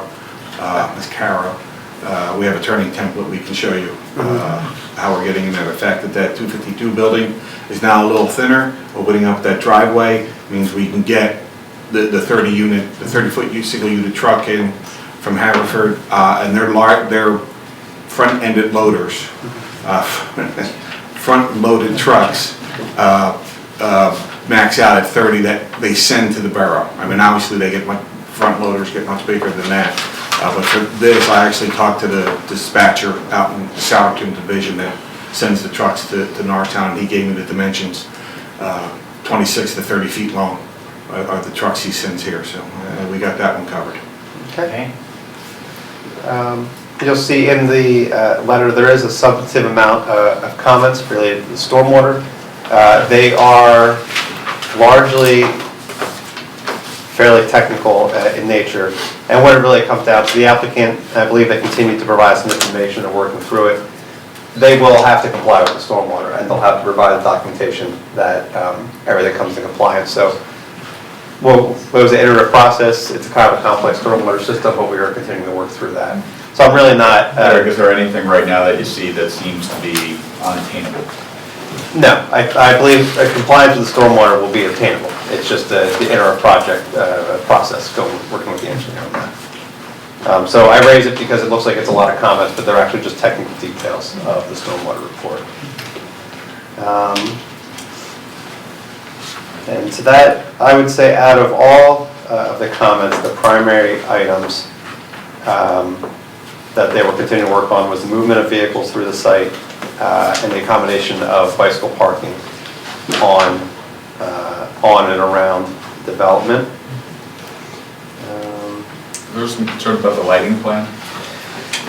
Yes, so there's two parts of this property. There's the building that they're constructing, which is the building, the frontage, and the courtyard, and then there's a parking lot to the rear, which the parking lot has existing lighting. Previously, they were demonstrating compliance with the building, the courtyard lighting, but we're kind of indicating the parking lot itself already has lights pre-existing. I have asked, and I think their consultants are working on it, is now that this parking lot is going to be used to support the development, so therefore you need to show compliance with the lighting in the parking lot is compliant with the current standards. And there's no reason to think that it would not be. Either the lights that are there now are compliant, or can be modified to provide the spread and intensity of lighting that was required. I've seen them nodding, so. We will comply. I'm not concerned about it. They'll demonstrate compliance. I just wanted to be clear, the structures are legally non-conforming structures, right? So you have a limitation on the size of the poles, but for the respect to illumination, we will provide, as Eric is indicating, we'll provide the test to show what the illumination is, and if adjustment is needed to dim it to proper standards, we would do that. Okay, so what I'm hearing, so I think council will need to discuss the waivers that are being asked for, the traffic study, and I understand there will be a request for a bicycle, there may be a request for a bicycle parking waiver, so we'll talk about that. I think Mr. Henderson, our fire marshal, is going to be talking about vehicle access to the site, so I think we might hold off on further discussion of the vehicle access until we get to his report. President Bush, before we talk about the waivers for the bicycle, could I speak with the applicant related to the other waivers? So just to summarize, there is the waiver related to the traffic impact study. Is it your intention to be paying a fee in lieu for that waiver? Correct. And then the submission of the preliminary land plan, you're submitting a preliminary final plan, is that correct? And that's because you've fully engineered your plan through the conditional use process? That's right. And we haven't heard any concerns about that particular waiver from anyone, I don't think. The waiver for requiring vertical sections that provide facade treatment and use of architectural elements that replicate those on the street. Could you explain what that waiver is for the public? I'll do my best. Last year, your planning commission, I think anticipating a size, and you feel free to jump in and add color to what I'm saying here. Anticipating a project of this size, wanted to ensure that the facade was treated and broken up in such a fashion that there would be doors and windows in certain sections of a building that exceeded, I think it was a 60-foot building, if I remember correctly, so that would be the trigger. Is that right, Todd? 65 feet, 65 feet. So this is a section in your saldo that we comply with, it's 450-32B, we comply with everything. The issue is that there would be a door in each horizontal section, and how the doors are separated. In order, I think it's to provide the spacing of certain windows, right? So the windows have to be spaced in a certain fashion, and in order to provide the spacing for the windows, we can't put a door in each horizontal section. So I think we were literally off by 3 inches. Something like that. It's a 3, and we discussed this in part of the conditional use application. I believe the planning commission was supportive of the waiver. We explained that it was a very nominal footage. I literally think it was 3 or 4 inches that we were off in terms of where the code would want the door to sit. So it's really de minimis. It's a de minimis, yeah. Todd, does that fit with your recollection? Okay, great. It's documented in our letter, which I can read to you if you'd like. Not at this time. Maybe in a minute. And then the other two, the dedication of right of way along Narberth and Hampford Avenue, that's just because there's nothing there to dedicate or maintaining the, you need to have a sidewalk as it is. So that's the hardship that you're claiming for that waiver. That's right. And then requiring a dedication of recreation land. I think we talked about this. We need to get to that as well. Yeah, we talked about We've talked about it, but we should reiterate what's being proposed there. That's significant. So dedication usually means you're giving that to the borough for borough ownership. That's right. In this situation, I think a couple things, if I recall. One, you're making a fee in lieu of dedication related to a contribution for improvements to the station circle. That's correct. You're also providing this public plaza area, which although won't be owned by the borough, will be covenant to remain open to the public. That's correct. So it won't be able to be shut off for just the people shopping there or living there. So Which would be furnished and maintained by you. By the applicant, that's right. And then there's the area, sort of that green space along the train tracks, along the little gym building, which is part of this. No, that's part of the little gym building. But Along we the would grass maintain areas. that as a grassy area, and You'd be willing to maintain that as a joint owner for egress. correct. Pedestrian egress. That's right. To the site, so that would remain open for public traversing that to access the property. And that's in addition to, obviously, the conditions that were maintained related to allowing the borough to maintain metered parking spaces within the park. That's all as part of the conditional use approval, that's correct. Correct, so that is essentially the substitute for the requirement for dedicating them. Right, that's right. This isn't a true waiver where we're asking the excuse from the requirement in full. We're asking to substitute with the provisions that Mr. Walker just rattled off. And that's all that was in Eric's letter, but the bike parking was something that came up more recently. Yeah, okay, so I think I'll add the land dedication. So I've got for council to discuss tonight, the traffic impact study waiver, the bike parking, and the land dedication, or the, public space dedication. I think those are the important elements out of Eric's letter. Does anybody, and then we can discuss the access to the site in the context of the fire marshal's review, because I think he could, it's a major topic of that as well. Okay. So I think let's just go over these proposed waivers and see where council stands. I won't be voting on these, but see if everyone has a stance, if we can communicate our stance on these topics to the applicant. So let's start with the traffic impact study waiver. We had a summary of what the waiver request was. Do you want to expand on that at all, Mr. Careless, or? Okay. So the proposal is, this is a well-known site, and it's held business buildings for quite a while. We kind of know what the impact is going to be on traffic. It's going to be a good, drive traffic to the downtown area. They're going to stop there and shop there and live there, but So they want a waiver from that. They're offering to contribute $7,500 toward pedestrian and bicycle improvements to the area. The question from Eric was whether it was appropriate to look at precisely pedestrian and bicycle impacts to the site. Yeah, I think I would break that code section in two parts. The first part, which they're seeking the relief from, is they require a traffic study of intersections within a half mile of the development. Right. That part it's not really necessary, we can waive that. The second part is we want to make sure that the site is integrated and connected to pedestrians and the bicycle, for pedestrians and transit and bicycle use, which really kind of doesn't connect into the pedestrians, it's right on the sidewalk, doesn't connect to transit, it is immediately next to the transit station. I mean, it has access points to the transit. You have direct access to the transit. The parking lot is directly connected to access. So the last part is really kind of directly connects into the bicycle parking facilities. That would really be the last component of it. I have a question. So in lieu of the traffic impact study, it was $7,500. And was your suggestion to put that $7,500 towards those pedestrian improvements that you listed in the letter, which was the pedestrian crossing?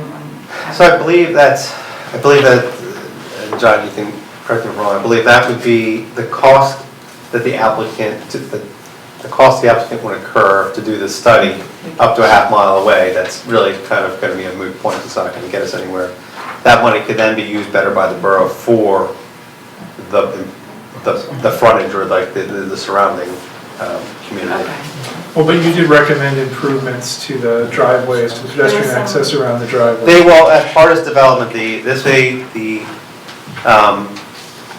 they'll be replacing the sidewalks along the frontages. They'll be improving the driveway crossing where the parking lot enters.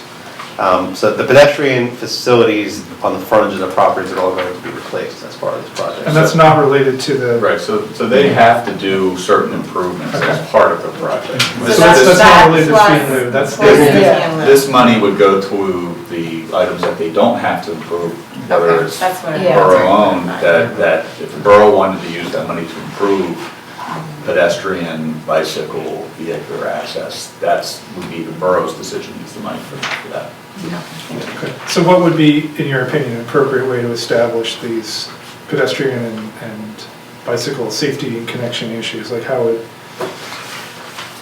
You mean, so I know the borough, you've been looking at, there's various aspects. Now your downtown's you start to have some further redevelopment. I know you're looking at Station Circle, you're looking at the broader corridor of Haverford Avenue with improved, revamped, improved intersections, improved pedestrian circulation. That would kind of dovetail into these now new developments that are occurring along the road. So that would be more of a, kind of a streetscaping type, future planning of the borough up and down the commercial corridors. I guess I'm figuring out how do we operationalize this? This money does not need to be spent immediately.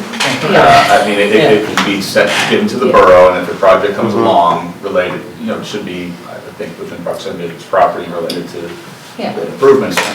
When a project comes along, we can use this money instead of taxpayer money to make those improvements. So it isn't something we need to decide as part of the land development for the borough. It's just something that... That makes sense. I was just wondering if in your opinion, the fee in lieu satisfies those suggestions you offer. If you were saying things in addition to the fee in lieu ought to be, right? What if your recommendation was that the fee in lieu was not, that was sufficient for the first part, and the second part there ought to be... I think the second part is just they're seeking the waiver from the first part. I think the second part is, does council feel that this development is adequately integrated into the broader community? Okay. Yeah. But you're not recommending giving a sort of a half waiver here. I mean, is that fee in lieu? I mean, for example, is it $7,500 approximately to do that study a mile away, and another $5,000 to do this other study, and you're not recommending that we should do the local study and. No. No, I guess I was, the fee, the waiver they're seeking and the fee in lieu they're offering is appropriate for what they're requesting.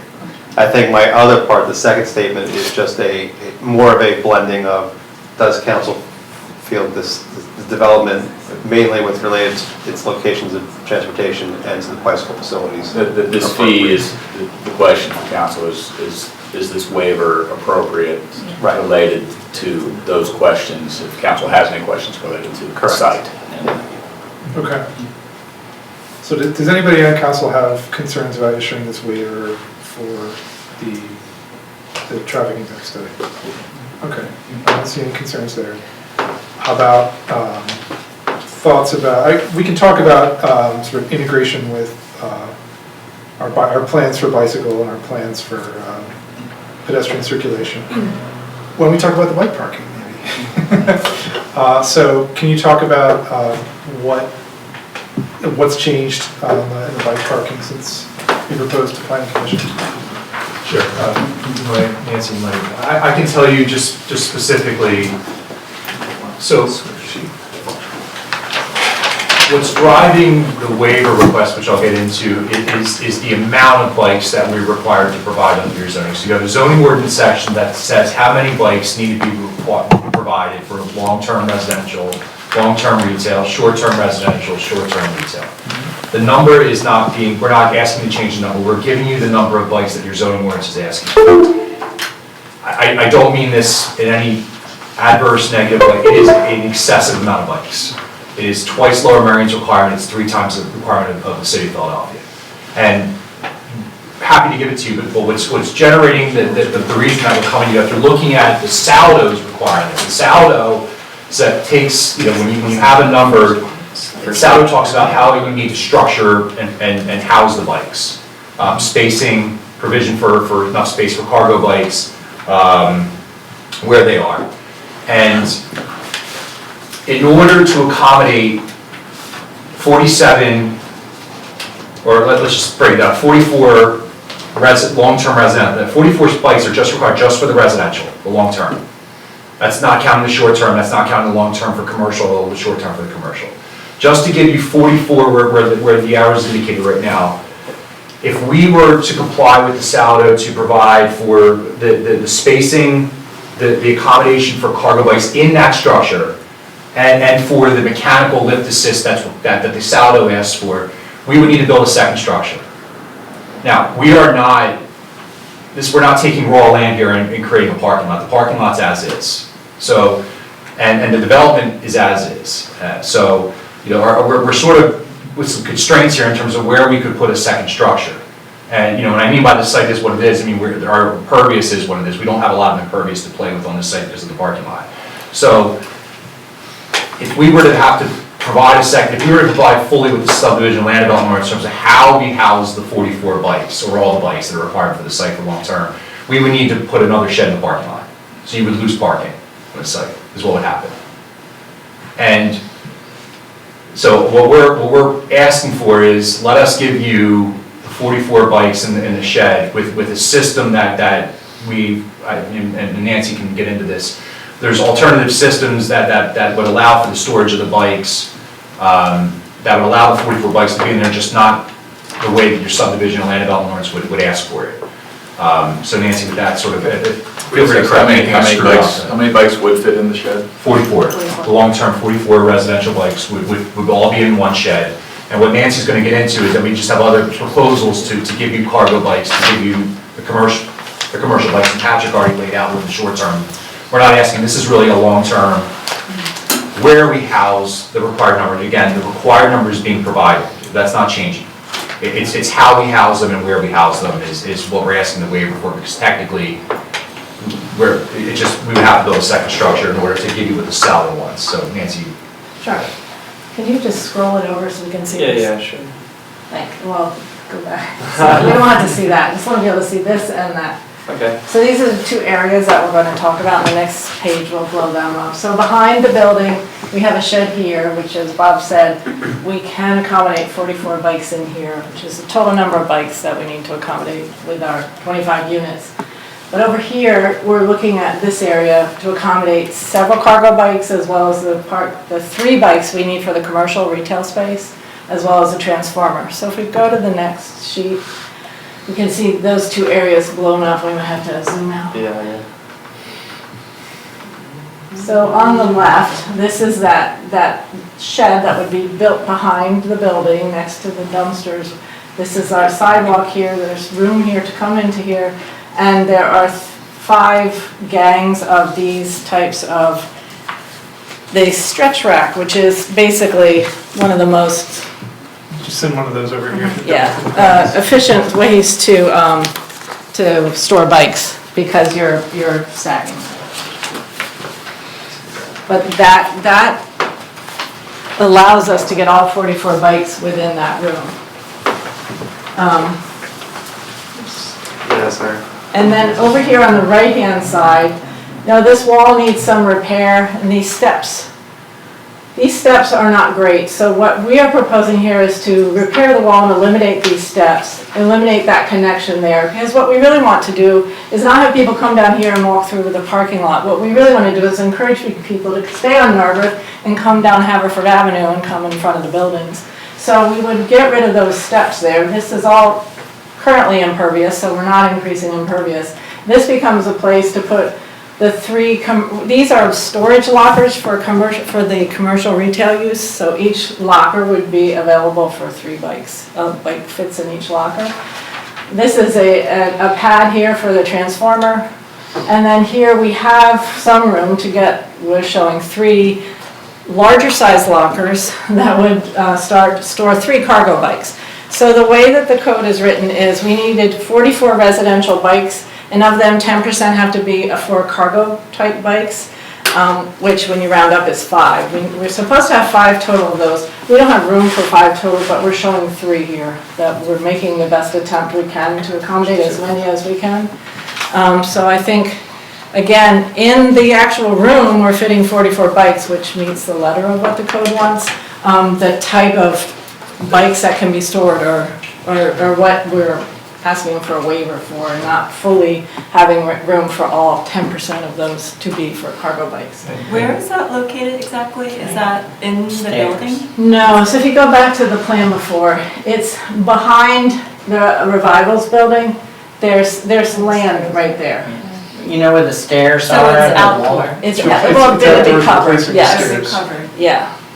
You don't have that cut sheet for the Lockers. the lockers? No. There it is. Nancy, just if you could point out while we're looking at that. So in sort of our discussions, and Tim can back this up, what we've heard that a lot of people will do is instead of, if you have a very expensive bike, you may not want to store it in a public locker. So a lot of people may want to bring their bikes up to their unit. So Nancy, you could comment on that. We haven't, if someone wanted to do that, does our building, does Yeah, our elevator allow for that? Right, we'll have the 3,500-pound elevator, and you're gonna be able to fit a bike in your elevator if you want to bring it up to your unit. That's certainly an option. Now, we're not saying excuse the requirement for that, but it's color to the way that people we found that may want to store their bikes. They may not want to store them in a public locker or storage area. What's the size of the elevator again? It's a 3,500-pound, I don't know the dimensions, but it's actually written into the saldo of, that's, I believe it says. It meets the dimension, I forget. The minimum numbers too. size in the saldo is a 3,000-pound elevator that they describe, but the typical one is 3,500. It's the most common one that you see. Is that bike area going to be covered along? Yes, yeah. There'll be bike lockers.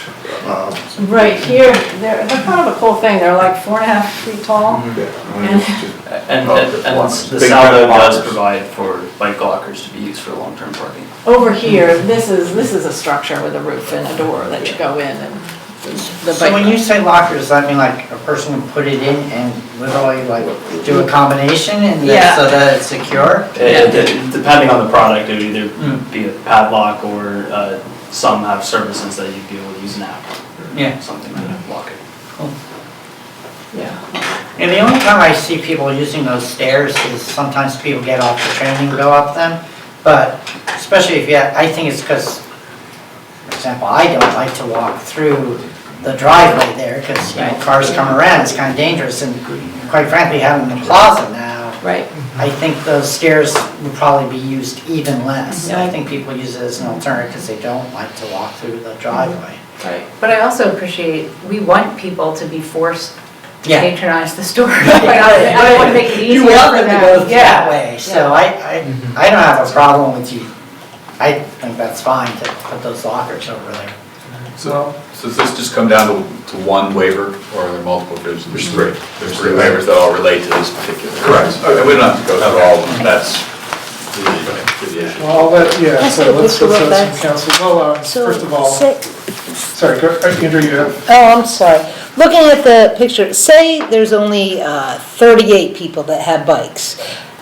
Would there be room in there, would you be able to fit a cargo bike in here if they're not fully used? We talked about that, it's just that you'd come in there and there'd kind of be a cargo bike there probably the whole way. Yeah, okay, all right. They are quite big.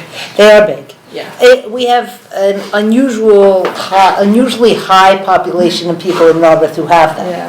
who like to get around and do it, so we want to be very thoughtful about. Yeah, I about think them. that, if we go back to that plan, you definitely could, we laid that out, Sandra, you definitely could have one here and still get all these bikes, but if Yeah. someone didn't mind, someone had to, you might have to move a bike to get to your bike, is the worst case scenario. Do you know if those bike racks accommodate e-bikes? I mean, they're kind of in between size between a regular bike and a cargo bike. I thought that they did, but I would imagine they do, I would hope that they do, because you're seeing them more and more. We can double check that, but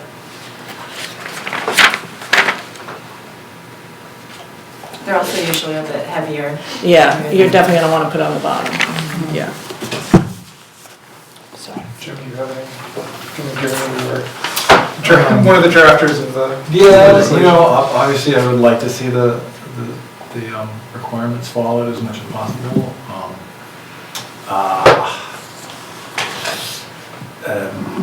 Is there really no way to, it seems like 2 more bike lockers for cargo bikes in that new area you're talking about might do that. Might reach the number 5. In the new area? It's just plain impossible. Yeah, they're the new bike lockers where the stairs were. Oh, Yeah, right. those, yeah. They come out too far, they're really, the 100, was it 104 inches? 42 by 100, they come out a little too far. We could probably get another one over here, behind the new building.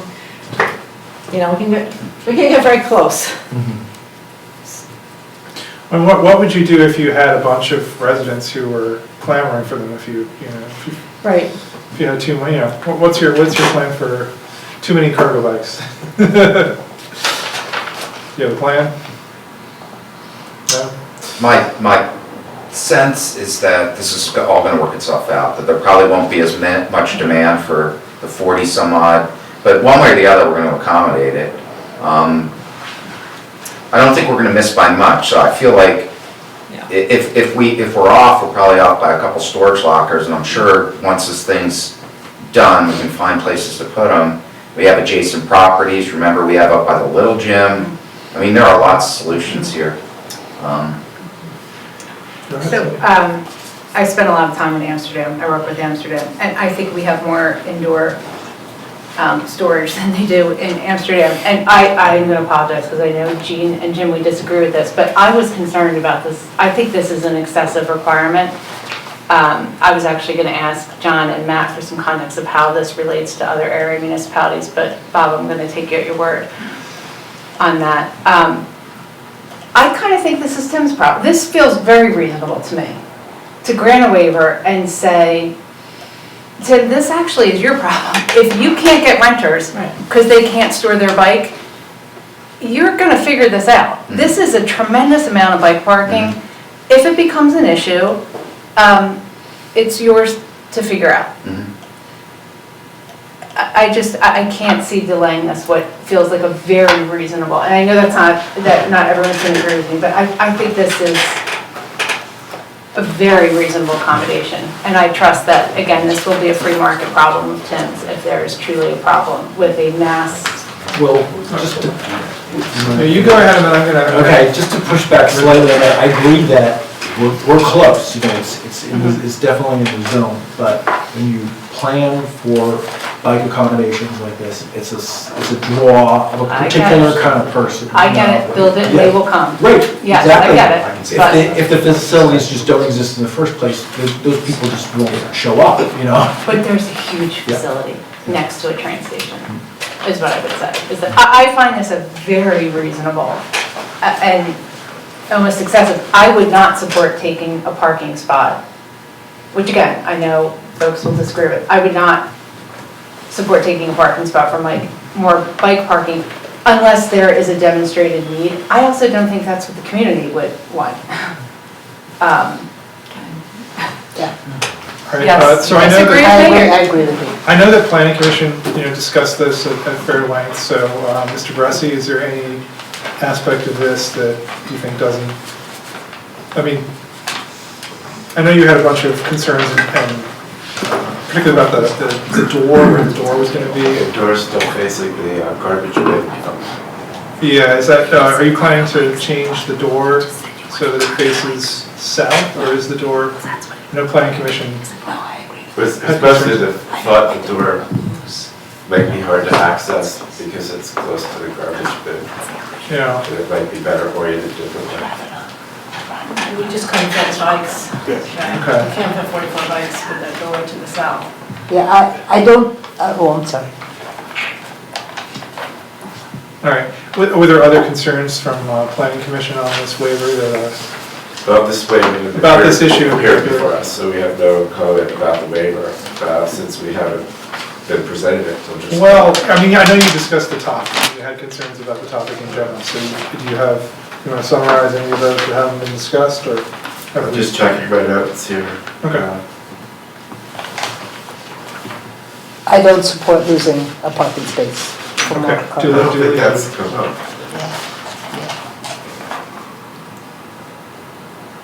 I mean, our main concern really was that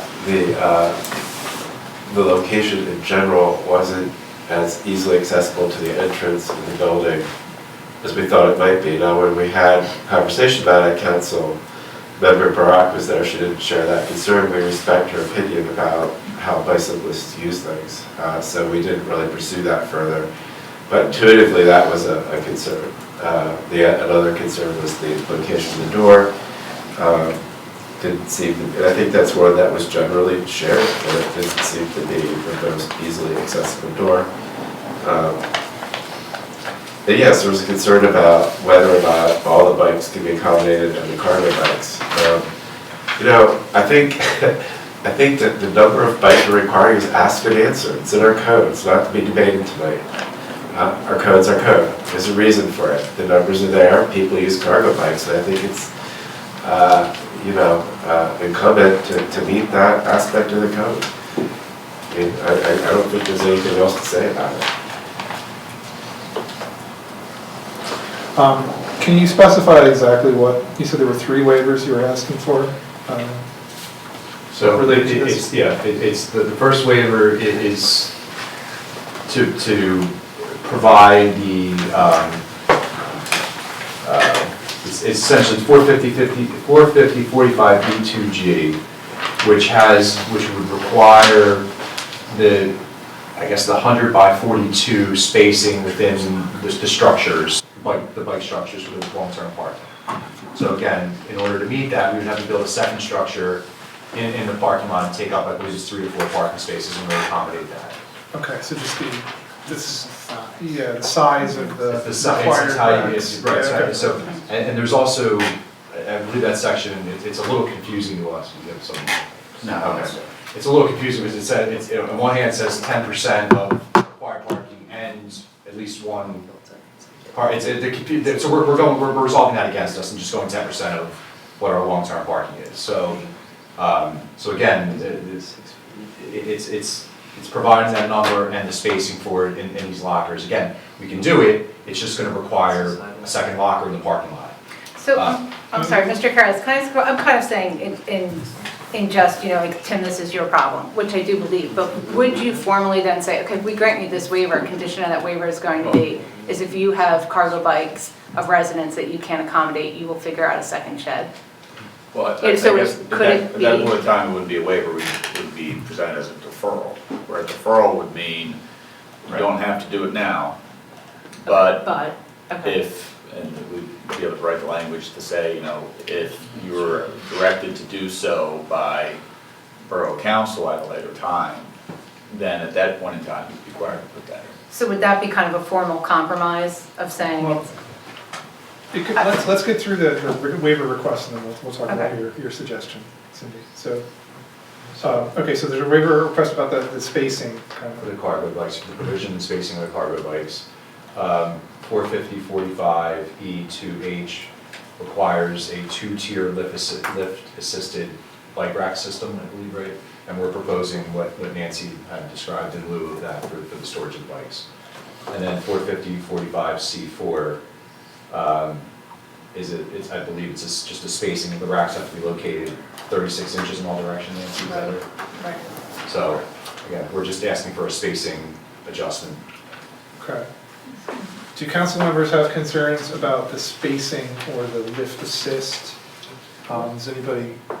So how does the bike rack work? Yeah. It's not lift assisted, you have to lift the bike. That's right, yeah, you have to look at it.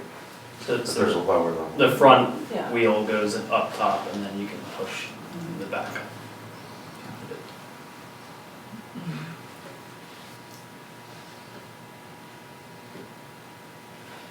Do people get reserved spots or first come, first serve in the? I'm just a little concerned, if somebody has a lifting issue, like, they're gonna need the bottom space. Yeah, I mean, these are things There's not we're a gonna- lift assist, so can we? Along the lines of what Cindy said, I mean, these are operational, like day-to-day things that we're gonna work out with our tenants. I'm sure we can coordinate that.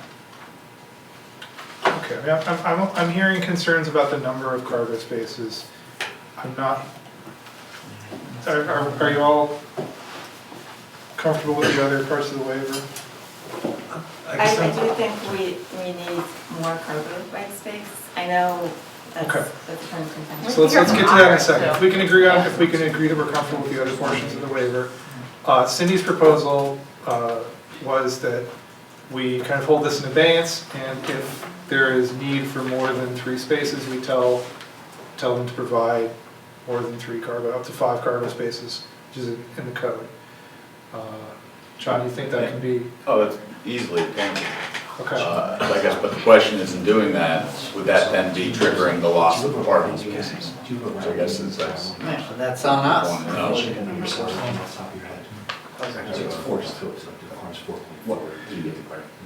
What's the enforcement mechanism? If If the concern is giving up a parking space, and if we're just punting it to a date in the near future, we're still gonna be presented with the same issue. Well, you would. So We there is decided about the sufficient, space. there is sufficient parking if you had to give up a parking space? We are over parked on this site, yes.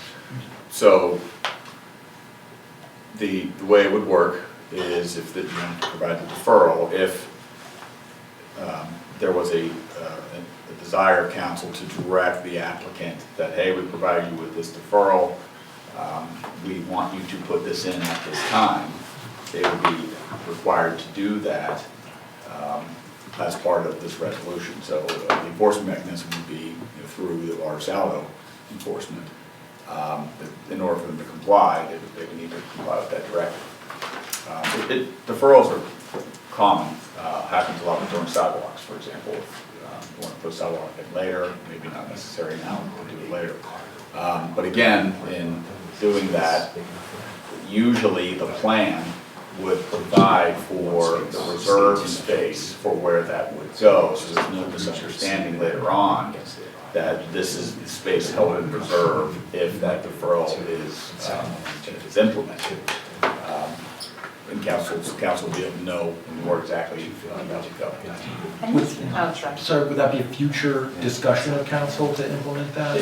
Or would it be an automatic process? No, it would be a future issue. So again, the idea of a deferral is if council feels like it is then needed, that's when council can take decision on that action. If it's not needed and things are working out the way that they are, there really wouldn't be any reason to have that put in. That being said, if the decision would lie with council as to when that is necessary. But again, by doing so, you would end up losing whatever was held in reserve. Can I propose that we just hold this as a possibility? We're not voting tonight. I think there's sufficient concern on council's part that we would like you to try to find 2 more locker spaces somewhere on this property that would result, don't take a parking space. If you want to use some space around the little gym, there may be spaces there, but try to find 2 more spaces. Yeah, can we do, I don't know that you're representing, I don't know, is Ira still on, or did we lose him? Yes, I am, and I was about to say something. Okay, well, go ahead, Ira. Is it possible that the trade-off is between the total number of bikes in the storage and the size of the bikes? So that you could, reduce the total number of bikes, therefore allowing more cargo bikes? Is that a flexibility you have within these lockers, or are you buying sort of like size racks that can't be adjusted? They would not be able to reduce the number of bikes required unless they obtain the variance from zoning here in Board. And they're buying standard racks, so, it's both. So it's the cargo bike is the issue. And I know this is so important to some of you, and I say this with much respect. This feels so in the weeds for a council to be saying, this level of kind of bike racks and lifts and the size of the bike and the weight of the bike. Or I want us to stay focused on kind of the outcome in the community that we're going to build. I think it's so appropriate for council to be building bike infrastructure on public streets and public right-of-ways. Again, I had concerns at the start of this that I would hate to see us get so caught up and continue to belabor the size of a bike and a cargo bike for a project that's important. I truly do believe that a deferral is a reasonable request for 2 cargo bikes for a project of this size. So I think I am curious. I would not take a parking spot for cargo bikes unless we are presented with a problem. We're trying to solve a problem that we don't have. And I'm curious what everyone thinks. And I think that makes sense to me as a compromise. And it's interesting because we've got a bunch of different values hitting us from all directions. So for me, my priors were that I would be comfortable taking parking spaces, but I don't think that most, if any, folks are. So it makes, what you've outlined to me makes total sense as a good compromise that kind of hits in the middle and that would support, and especially with just dealing with site plans in an existing context, right? We're working with an existing footprint of an existing parking lot. They're building a building within an existing footprint of a current several structures, but it's the same footprint. And they're giving us kind of different tiered height on the front, right? So some of the front is 1 story, some of it's 2, some of it's 3. The sum total of that, to my mind, we've taken away some of their square footage on the front, right? Which makes the remaining square footage that they have super important, which is why it kind of stays where it is. And in order to make they're not, I guess what I'm trying to get at is, they don't have a blank canvas of a site to work with. And understanding that and hearing that they're still delivering the same number of bikes that would be required, having some flexibility on the dimensional requirements and the way that you laid that out makes sense to me. You so eloquently just said what I was trying to say. I didn't think that was eloquent at all. No, seriously. So I want to make another suggestion, which is that part of this issue is that you're rounding up. if you round it down, you'd only need 4? No, it was pointed out to me, so the 44 is just for the residential, we have to provide 3 long-term retail, so our long-term parking is 47, so it would still be around up 5. Okay. What's the mindset of having long-term biking for retail? Yeah, what Yeah. is, someone shopping for, what does that mean, 12 hours? The employees and the owner, I guess. But don't they already use out front? No. So that was one of my questions. You said something during the presentation about parking out front that I thought you were saying was substituting for some in the back. The short-term parking? Okay, that's just Yeah, short-term. so just little, Okay. little hookups, little bike racks. I Not guess- bike racks, little. You know, my hitches. thought on the deferral is, if we're right that there's a greater demand for cargo parking, chances are that means there's gonna be less of a demand for car parking, like, right? What, if people are coming downtown and coming in their cargo bikes, they're probably, that means that they're substituting that for car parking, and so, wait, let me This just is for finish. residents. No, I get it, but No, no, they so may this- not be, they may not need the resident parking, is what I'm saying is, so down the line, I think the deferral makes sense, because until this project is fully operational, we don't actually know what the demand is. Right now, my gut is, I don't wanna give away a parking space, but we may discover that, you know what? Turns out, there's plenty of parking for everybody, and we could sacrifice the space. I forget how many EV spaces we have, but 13, like, We are planning to defer. Yeah, That right, was one of the so, conditions. you know, Yeah. that's, you know, one of those spaces could potentially be, I just see the flexibility of the deferral, actually seeing what happens operationally, and if there's a greater demand, it may be, right now, I'm not giving up a parking space, but I could see. All right, potential, you know. I feel like this discussion, we've got a lot to discuss tonight. I think it's clear that council members are uncomfortable with that. We're perfectly comfortable with the other portions of the waiver. If there is concern about that issue, we will work on it in the I'm sorry, background. what issue?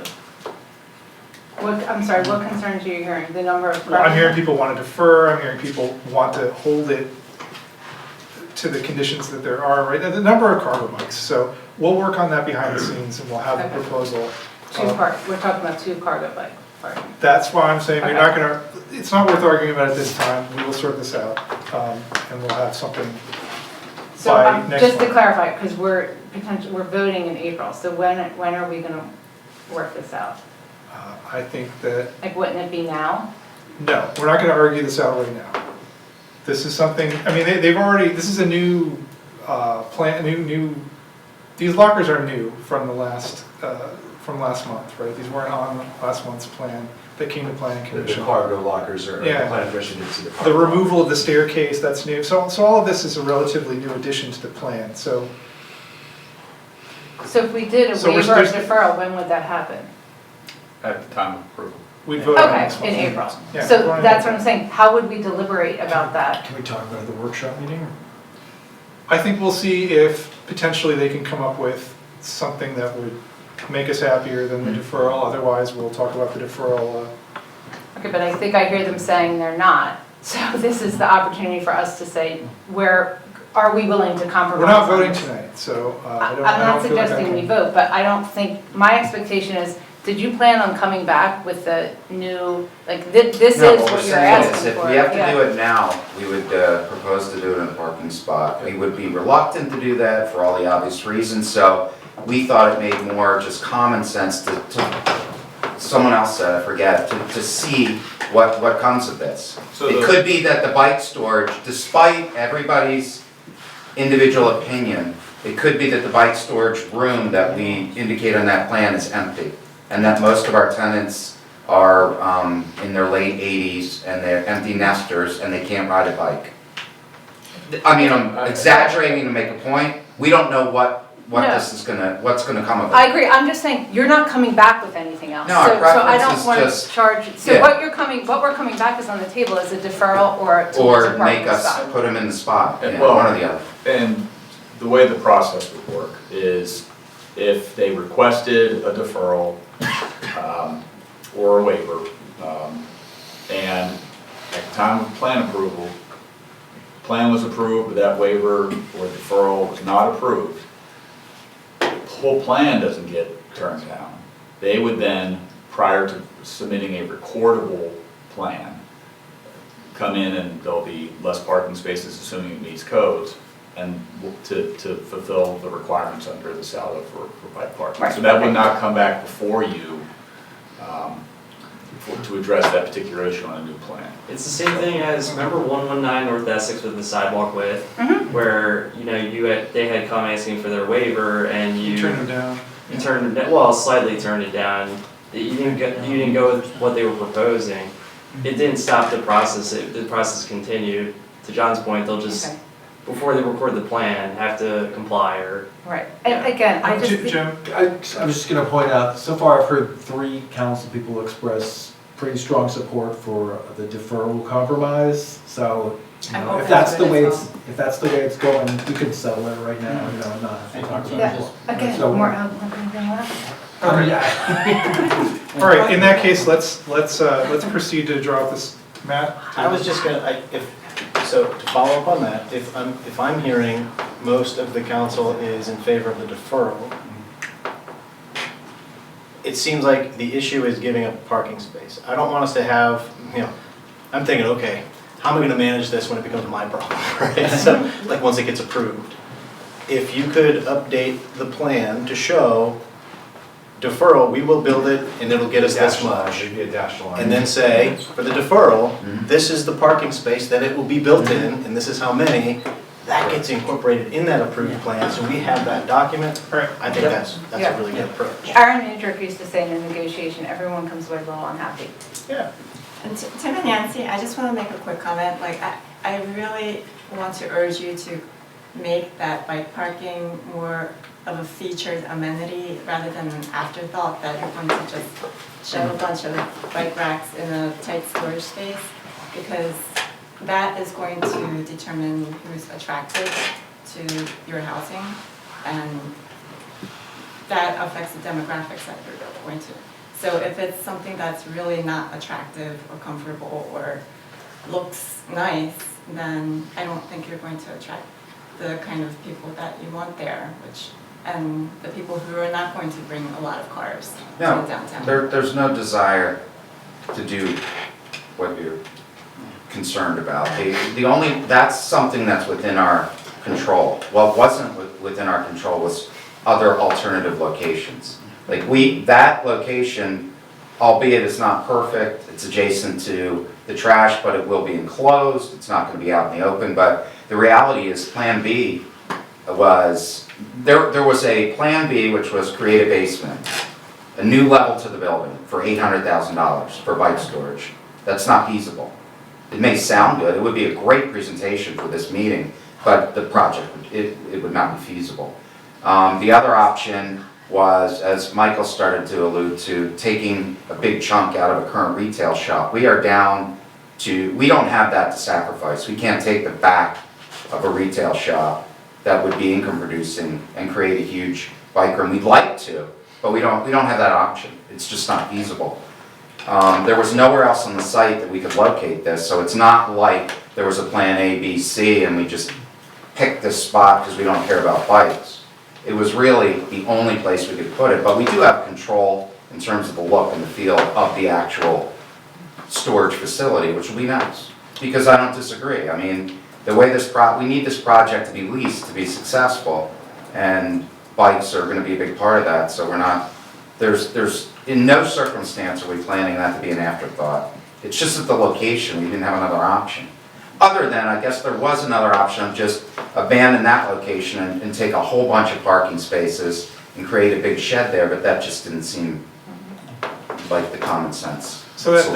That garbage area is, I mean, it's not gonna stay It's walking enclosed. over? Okay, it's completely, Yeah, is it completely covered on top enclosed. too? Yeah. All right. Not covered on top. Let's No, clarify no, that. yeah. He just said the track. Oh, was right, covered because on top. right, that's right. So you're, I mean, All sides, not top. All sides. okay. There's about 10 feet of clearance between the dumpster and the storage unit, right? Yeah. Yeah. That's why I saw. Just as a circulation question, where will deliveries be taken from for any of the retail spaces? Is there a loading or unloading spot? I imagine they're coming back into that parking lot. I mean, my sense is the way that I would envision it, it would be rear loaded. For the most part, the way they do now, there's that drive aisle. For deliveries, I'm talking about products. Oh, you mean like Amazon and No, drops? well, Oh, you mean like product? right, Yeah. you have a little Yeah, I restaurant. think it's rear, I would imagine it to be mostly rear. So would you agree to a condition that would limit the size of the delivery trucks that would be allowed to deliver? I think we did that for 650 Montgomery, to allow your basic delivery truck and not your, long, 16. Yeah. So I don't think they bring it typically, back. as someone, I get 3 deliveries a week. Typically, they pull over to the side and then on Hadford Avenue, they pull over to the side, they kind of find corners. I know when the Greeks or some of the restaurants, they park on North Narberth and they come around the corner for The deliveries. cheese shop does on Haverford. Right, so They that park on- deliveries double are- park on Haverford. They I don't, wanna they make- double park. I don't want to make an issue. The There's no big issue. trucks actually Yeah. can't get back there, like. I mean, that's kind of how it's been done Yeah. Big trucks currently. aren't stopping right in the middle of Hadford Avenue blocking. They're kind of pulling over as best they can and with like trying to leave enough room for people to get by. It's actually one of our better traffic calming tools. is when they're Yeah. Sure. All right. Sorry, Oh, Ira? wait, Ira. So Fred, where are we on this deferral line, yeah? It sounds like we're gonna proceed with that. We're gonna designate a parking spot and say that if the borough chooses to enforce this, bike lockers will be placed in this parking spot.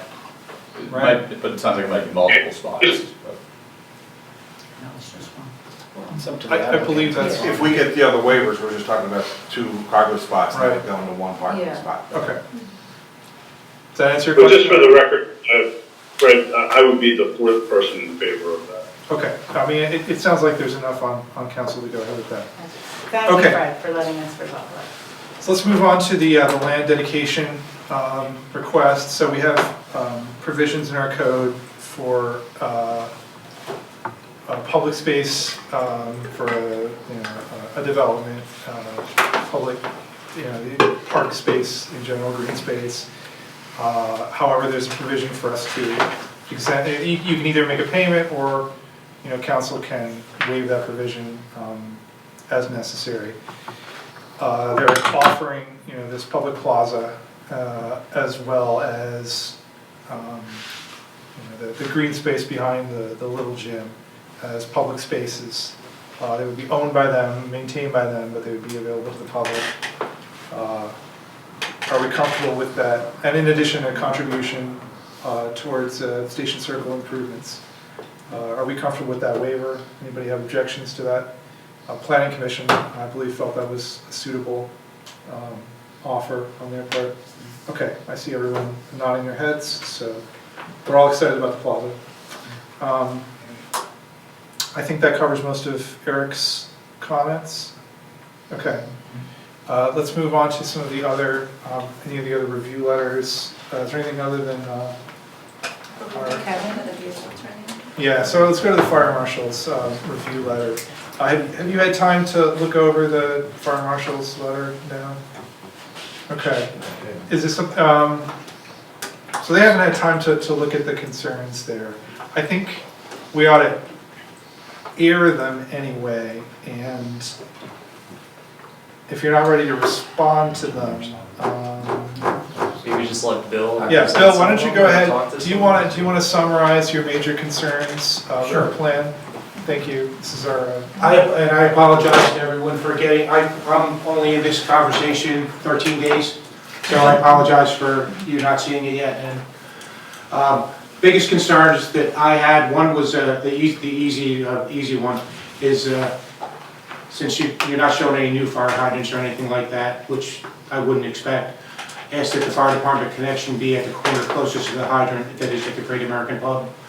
I think that's a pretty easy, and that would have come up during my plan review, except that somebody brought up about no fire hydrants on site, so I figured I would comment on that. The issue that I do have that's probably not going to be as easy, and Eric touched base on this, is we're changing the life safety hazard in this building to buildings where everyone is awake and conscious, and well, there was a bar there, so mostly conscious, to a place where people are going to be sleeping, and we're putting them stories above ground level. We will need to get fire apparatus back there. The way the buildings were existing, right now I don't think we can get a ladder truck back there. If we had to, we could take our time doing it, because that would mean that the fire was already through the roof and we were just going to put a ladder truck back there to dump water on it. The way it is now, with the people living above ground level, we're going to need to get a ladder truck back there. It's not going to be able to make the turn as it exists right now off of Haverford Avenue. Coming in the wrong way, the way the trash trucks do now from Station Circle, I mean, there's a reason why CDL drivers don't do serpentine tests. That's a true serpentine test there. And I know it's not the Narberth residents that don't park well. It's the visitors usually. Yeah. But all it takes is one vehicle be parked out of the parking spot a little bit, and we're not getting anything back there. So I think that needs to be addressed. And again, I apologize for joining this conversation so late, but that's, like I said, I joined the conversation 13 days ago. And I appreciate the opportunity for my input. I know this is a tough sell, and it's way late in the game, but it's something I believe that needs to be looked at. We need to try to, I'd be interesting, and maybe, how wide is the driveway going to be expanded to? Well, I know it's... At this point, the Haverford Drive isn't going to be expanded. There's going to be, the building is sitting right on the driveway now. Okay. And it's going to get pushed back, and I'm sorry, I don't know the exact number off the top I of my thought head. I heard that it was going to be widened. Yeah. The actual driveway wouldn't, but there would be now, instead of the building being on the driveway, there'll be a couple feet from the edge of the driveway to the building to allow for overhang swing. That's basically what It's it's like 4 or 5, the opening is 4 or 5 feet wider, but the actual paved driveway stays the same dimension. Right. So there's more room for a swing. What truck what the truck dimensions, or can you get me truck dimensions Sure, that we're absolutely. talking about? Yeah. Yeah. I mean, like it's 47-foot It's, ladder trucks? I'm going to say it's 44 at least. Okay, all right. I'll get you the wheelbase, and I'll see if we have a turning radius for it. Alright, good. I'm pretty sure I did at one point. All right. And again, I apologize for joining the conversation late, but they're my two biggest things. I think everything else I had in my letter is pretty easy to address. Bill, can I ask you a couple questions? Can we ask Bill questions? Yeah. Could you come and access it via the Little Gym parking lot? Have you driven through there? I have a hard, it's a hard time, because you have to do that hard turn. Okay. If that went in straight, maybe, but then you still got to But make no, that hairpin okay. turn to get back into the lower lot. And then I guess my question is, what is the dimension of that public plaza? Is that something where if you had to get a truck back there, it's... I would have to think that the public plaza is going to be set up to have tables and... Right, but if you had to move it in an emergency that you had to get a... if there's buildings on fire, we don't have the time. Okay. We have to get there. I'm assuming that we're talking worst case scenario, and I pray that never happens. But time is of the essence, and I'm not going to get into a whole fire theory and all that kind of stuff. Yeah, no, I believe. Anything that takes us time, our firefighters would have to get off the truck, move stuff to get the truck through, when they should be pulling hose, putting up ladders, climbing up and trying to help people. Right, because you couldn't do that, like you're saying. We can't, that big- we're not just going to, we're just not going to drive Plow through people, no, I don't want you to run over people. Or tables or chairs, we're not No, going to do that. but again, so if you couldn't control the fire from Haverford Avenue, and right now, if there Well, we're going to have apartments that might only open, and the residents might be at the rear windows. Right, you have to get to them, right. And the sprinkler systems, I'm The sure. the are sprinkler good. system, it's a perfect, and the sprinkler system should take all these worries away, Yeah. and they make me a lot more comfortable, but it's something that we just need to look at. So what would you do now if you had to get back there? I mean, we would have the luxury of not knowing it's not a life safety issue for a ladder truck or something to get back there. It's not a life safety issue, it's gonna be, I mean, we could probably get a smaller engine back there, a lot easier, but that doesn't have, it has a 24-foot ladder on it, not a 109-foot ladder. It's the residential. What do you do on the other side of the street where there is the residential? Oh, yeah. It's the same, I mean, it's the same thing, it's difficult to get back there. Yeah. We could probably get a ladder truck back there, it's gonna take a little bit of time, but because we're kind of, I mean, I know it's, a lot of these conditions are existing, we have, but it is being redeveloped, it's something I just. Yeah, that's no, just I something just that we- wondered, like, I guess it's Oh, trust me, straighter back there. downtown Narberth is a night, I mean, lose sleep over it. But you Yeah, do it's not a have, coincidence that we lost buildings due to Right, fires. right. you do have Commerce Avenue back there. Right, no, that's what I'm saying, it's just a little bit straighter, but there's Yeah. bad parking back there too sometimes. There's bad parking everywhere in Narberth. Yeah, I mean, Even on the streets. yeah, I'm thinking of most apartment buildings, you don't have the access that you're asking. Yeah, Like But this one's being existing. redeveloped. Yeah, They're no, not no, being I know, redeveloped. I'm saying, like, this is a problem for you. Oh, it's a huge problem. It's Bill, is there- not just in Narberth. Is there, like, I'm just trying to figure out, like, your biggest problem or choke point is getting it around Station Circle? Oh, getting it around Station Circle, and then it's not a straight shot from there. You've got to go in and make a turn. If you got somebody sitting in those couple parking spots next to the buildings, the backside of the buildings on Harvard Avenue, I mean, that narrows that. You're talking about those, like, two There's- spots there's- past the dump? I think there's 3 spots there beyond Station Circle. Yeah. I mean, in a perfect world, just parking in Station Circle is difficult to navigate. I mean, it's a lot of times in a car. Put a 40-plus foot wheelbase fire truck in there.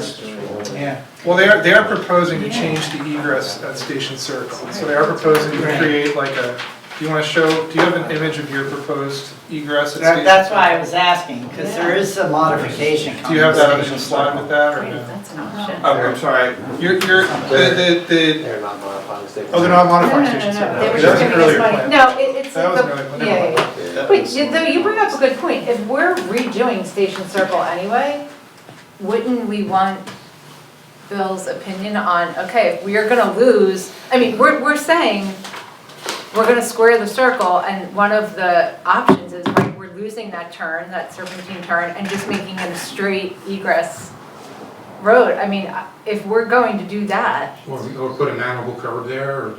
right, Something. would that, if we're doing that anyway, would you be able to get a truck back there then?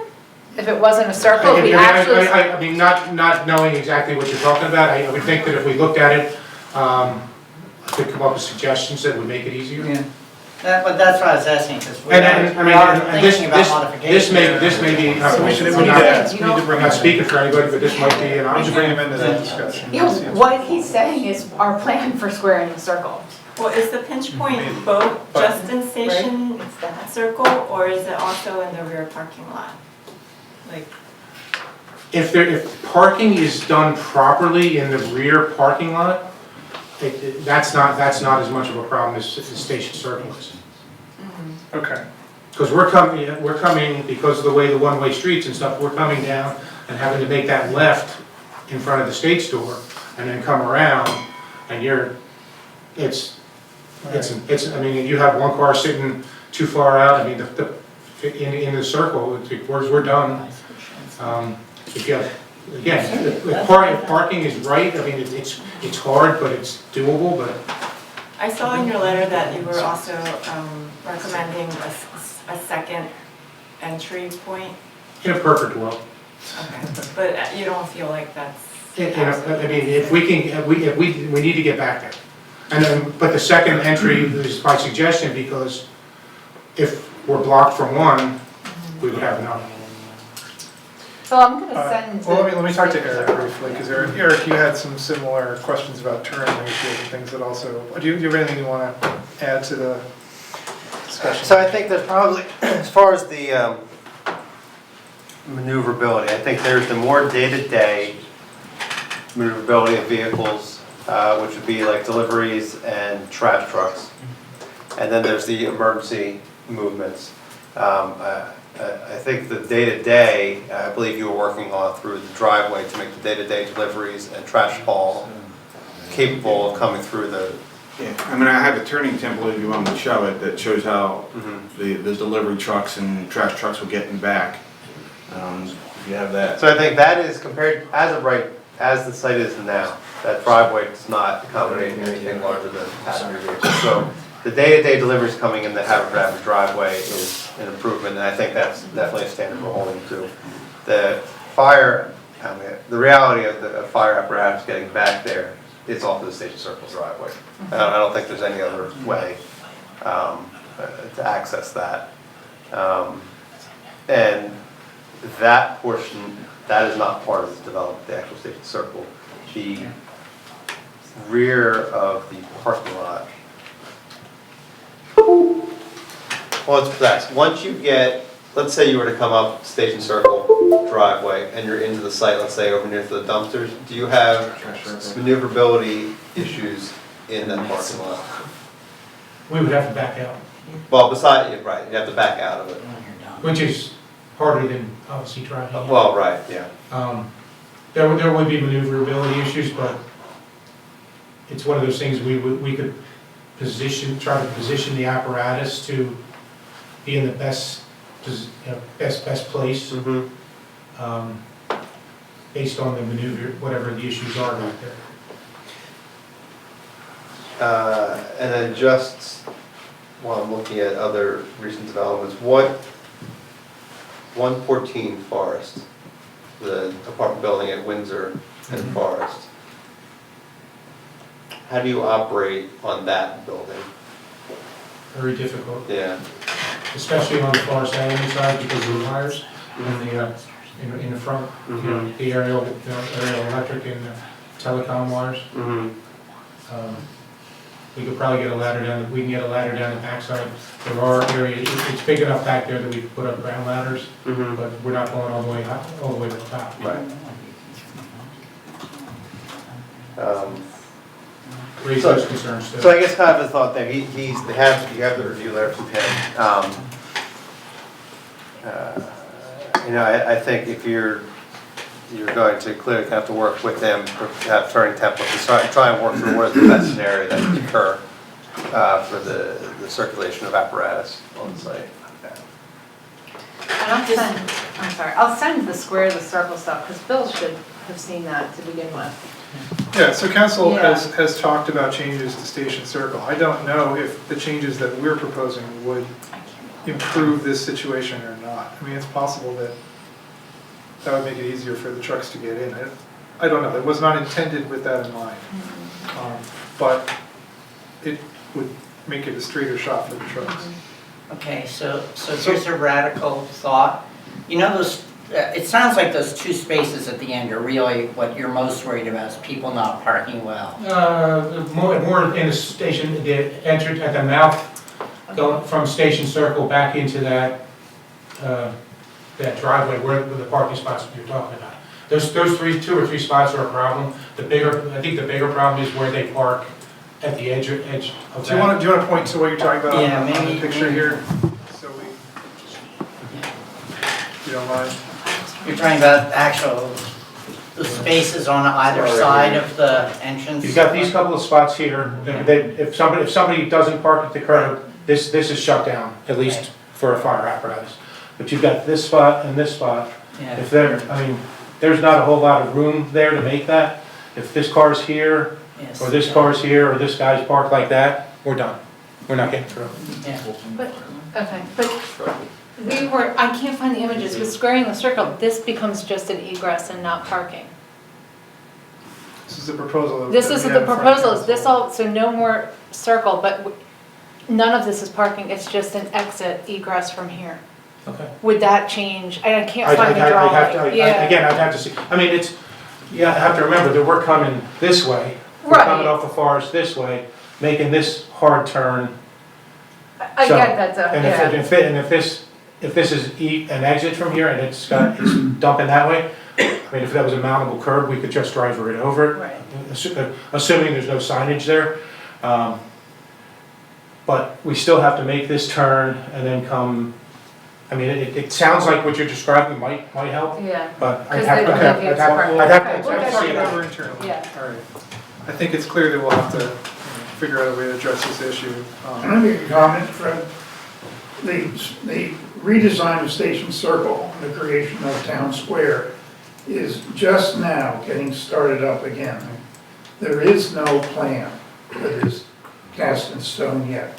The previous schematic never reached a definitive conclusion in 2000, I think it was 22, although who's counting? Anyway, it's getting started again, I'm happy to say, and the availability of a route through the developed area, which, by the way, may have no curbs at all and be completely curbless, is entirely feasible, and is something that the group that was working on the town square 2 years ago was cognizant of the need to be able to get firefighting equipment back behind these buildings, not even knowing what the scheme was going to be, but we understood that is an essential feature that has to be built into the new design. So as we get into it, we'll be able to get feedback from our firefighters. I'm smiling, Jim, because I hear you saying the fact that Narberth takes 5 times longer than other municipalities may have actually helped us in this circumstance. Well, some of us managed to live long enough to have a second bite of the Fred, apple. if I may? Go ahead, Ira. So I think where Mike was going with this is if we eliminated one of the spaces on the circle right near the entrance, would that help? In the interim. He could. I'd have to look, I mean, I'll go up and look at it. I mean, we're still a ways out from this being an issue, right? Right. This would be, Right. this would be when this property has people living in it, that you would need this access. So we're Right. several years out. But we need to have a plan in place, but we don't need to implement it immediately. Right, so the parking temporarily fixed may actually Yeah. coincide with the redesign. I'm saying we wouldn't of have to, Station you know. Circle. Yeah. Okay. I also, what I'm hearing also is that there's some concern about the parking in the rear of the building, not exactly in the circle area. If Yeah, that that was might be- striped as a fire lane, Yeah. so it made it clear that it won't be hanging over in that fire lane, would that also help in that regard? So that might be able to help address the overhang in the rear. You would take away You'd have two to find a parking spot spots. for some no parking by order fire marshal signs too. Well, I mean, that's been, you know, there's a lot of discussion over parking on this site. Yeah. So I would prefer not to have no parking unless it's, you know, unless you tell us it's necessary. I was saying to I mean, Jim, on that the might be areas- where the locker goes. I mean, on the areas where there's currently no parking, where people tend to park. Oh, well, that would be fine. I'm not proposing taking any parking spaces away. Okay, yeah, in that Make it a case, fire lane. in that case, go ahead, yeah, we make that, let's look into that on our end. Yeah, it's all right. Okay, so you can look into it on your end, we'll look into some options on our end, and we'll take this up again next month. And you've had some time to digest and adapt. And do you have any other questions for us or for, I guess you can contact Mr. Henderson if you have any questions on that. Or would you rather go through you, Matt? I think we're all on the same email chain. I think it's best if we all just continue to communicate directly with each other. Okay. Shade Tree Commission. Yeah, so Shade Tree Commission also had a suggestion. They, are you asking for are you asking for a waiver on the number of shade trees? No, your code allows, your code has a requirement for where they want to see the trees, and then the alternative, if you're not going to put them where the code wants to see them, you can plant the required number of trees elsewhere. We're going with that. We're going to plant the required amount of trees that you want on site. And we've already, I believe, we've had conversations and we've already cleared that, haven't we? our landscape. Well, the shade tree Yeah, yeah, recommendation was that the existing trees are near the end of their lifespan, are not, they're not suitable in some ways. They recommend that they just all be removed and new trees be planted instead of maintaining the current trees. Yeah, What is your, we had a different opinion. I mean, if you go to 203, which, you've been through the apartments at 203, or no, maybe you not weren't. yet, no. It's a game changer to have those big mature trees out in front. It just changes the vibe of everything. Our feeling was leave them, and then at a future point in time, if they need to be replaced, we'll absolutely do so. But I just feel like those big trees are beautiful, and I'd hate to see them go until they absolutely have to go.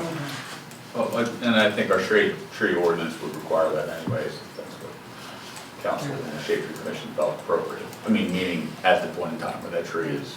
Oh, so you're saying once the tree, it's the end of its lifespan, council can say, yeah, replace that tree? A shade tree, which would be in the right of way. Yeah, we don't want to take down a mature tree to Well, again, that was the recommendation of the Shade Tree Commission. I don't know if you want I to, don't wanna take them all down at once, then you will, Okay. right? so Jim, do you want to? Yeah, I mean, there were a number of things in the letter. I mean, I could not attend this meeting, sadly. It's my wife's birthday, so I chose correctly and I did not. Exactly.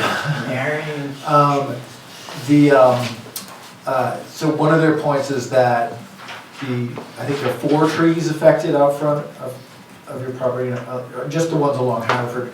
A number of them are gonna have to be severely cut back to build your new building, just because of the fact that they currently overhang. We did that over at Haverford and Essex. We worked with your group that does a lot of the pruning and everything, Yeah. and so far, I mean, I'd knock wood if it was around here. I mean, they look healthy and, Yeah. you know, Okay. so far so good. Yeah.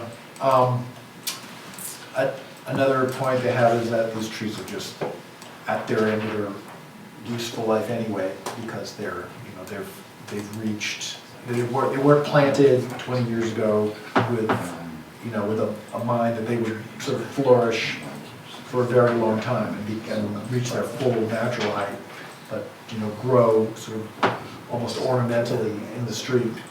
And that a future tree planting plan for Haverford would include something with more foresight, not only to species, but to how they were planted, what kind of soil,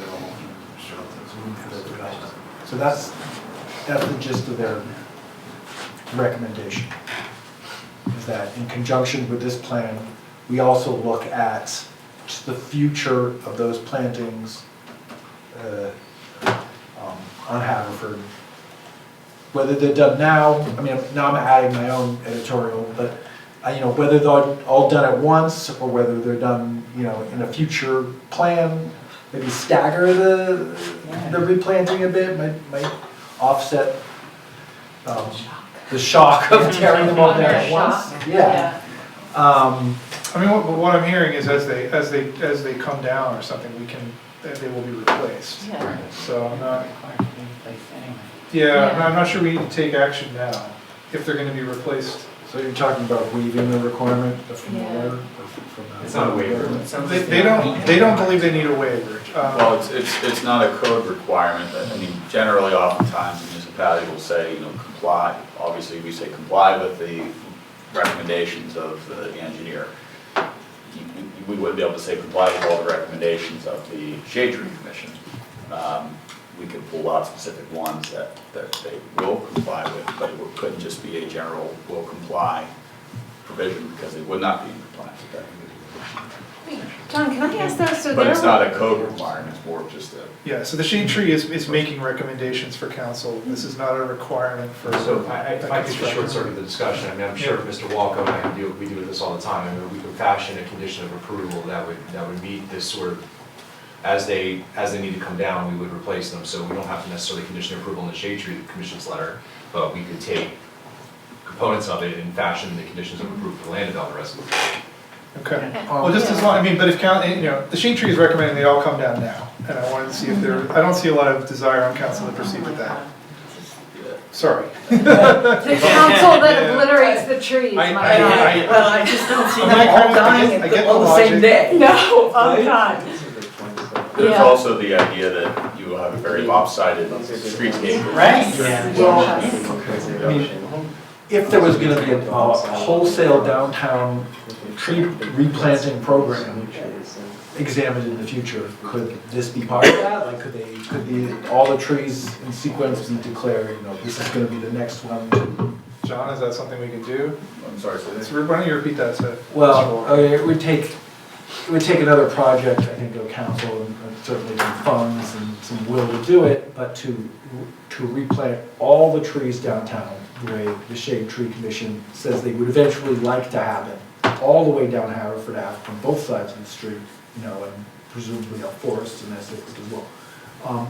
Could that program, possible future program, be integrated into, you know, their commitment to these 4 planting beds? I mean, they could agree to any conditions that they would be willing to agree to related to those planting beds. Can I ask a part B to this though, John? And, you know, hold your, And let me just say, sorry. I'm looking through the shade tree ordinance right now, and Narberth actually does not have the requirement to replace the dead trees. Now, that is obviously something that could be conditioned. Okay. But John, do we even need that? Because there was a store owner that had to replace the sidewalk on North Narberth, and the store owner took out the tree and covered it, and we came and said it's in the right of way, and we opened it back up and planted a tree. I mean, don't we have the power to do that anyway? The code says that no tree shall be planted, transplanted, or removed within the limits of the public street in the borough, except with the approval of the shade tree. Okay, so in that situation, they removed the tree without our knowledge. In this situation, it's more, our code does not allow us to say to a landowner, that tree's in front of your house, in front of your right-of-way associated area, you have to replace that tree because it's dying. Some do, and there's an ability to do that, I think under the borough code. Okay. But again, if it was a condition that they'd be willing to agree upon, and if that tree was dying, The shade tree would come in. And I'll point out that it was a recommendation of the planning, the Montgomery County Planning Commission, that, you know, the existing honey locust trees will be protected, and if damaged, replaced. An attractive streetscape is important. We have to protect these. We have to make sure that these trees are, you know. So I think there are conflicting recommendations from different portions of the borough. And I think it sounds like council is happy with the preservation of the existing trees. So why don't you work on that condition? I think we can work on a condition to make sure that the intent of any replacement is in line. Apart from that, will you be complying with the new recommended planting list? I'm not sure if you're familiar with it. Yeah, today. And you're not asking for any waivers related to any landscaping, tree requirements? Sorry. I would say you know, a scavenger hunt clue for next year might be find a plant that's not listed on the borough planting list, because They'll be out for months. Okay. So that was the shade tree stuff. So the shade tree asked for landscaping to the patio area, and I think that the Montgomery County Planning Commission also asked about landscaping for the patio area. Are you intending to landscape that? Yeah,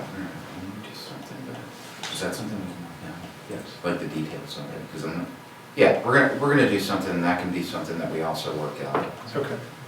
I'm just looking here at the recommendations. Are there other, okay, well, Planning Commission also obviously weighed this, and do you want to talk about major outstanding issues that we haven't discussed at this point, Todd? That came up in your Planning Commission discussion? Let's see. I guess there's a little thing it's important, but it's not huge. That in regard to the transportation and circulation issues you discussed, we did discuss in our meeting specifically looking at improvements at the different entry points to the project area. the Haverford Avenue driveway, the driveway at the foot of the stairway, which is now being removed, the driveway at North Narberth Avenue. So I hope that can be part of the council's recommendations. In particular, you did discuss North Narberth Avenue, and the recommendation there was just to work with the borough engineer to determine a suitable range of improvements to the pedestrian crossing of that entryway to the parking lot. I wound up in your last letter, didn't it? The note effect is we're doing that. So that was, there's a following, it was raised at the planning commission meeting, of the driveway in Haverford Avenue, that's gonna be a brand new sidewalk, it's flush with the driveway. The driveway off of Narberth, we just kind of got flagged with some older ramps and older like asphalt type crossing. And we had some further correspondence, it was an email after the planning commission meeting. Okay. That it would be modifying, updating the concrete apron. All right, Yeah, so it sounds like there's- they're following up on that recommendation. Let's see.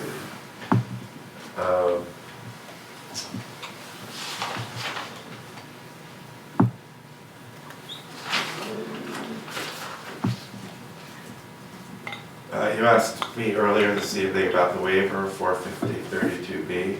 Just so you said I could answer that later. We have no objection to that waiver, except that we don't want that to, there was a very de minimis amount that needed to be resolved, and it seemed to make sense. But we didn't want that to be construed to provide relief from any other aspect, and that's actually the salvo just for that one aspect. We haven't asked for anything more. Yeah. Okay. So, just so to be clear about that.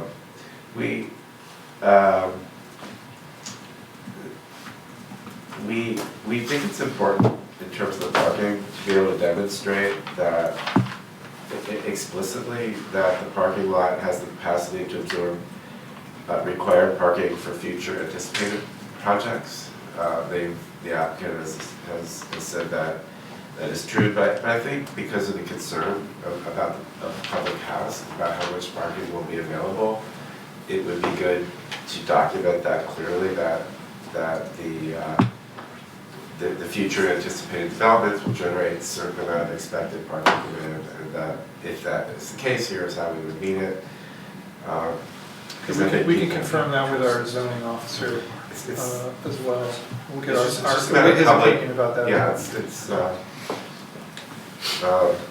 most of our other comments related to the design. Yeah, I would rather not get into the design at this point, I think. As I'll just ask, questions asked before, when will we get into that? I'm not sure council has appetite to get into the design. Well, does anyone have concerns about the design on council? I mean, planning commission explained, if you've, it's in the planning commission letter, there were multiple design elements that were raised that planning commission had concerns about or felt were not necessarily in keeping with the character of the neighborhood, but these are recommendations of the planning commission. These are not code requirements. Does anybody on council want to address any of the design elements that were brought up in that letter? I mean, when I talk to council members, I think that design elements are nice to haves, and we would like to, it might be, in a perfect world, we might like to see more of these, but I think we're hesitant to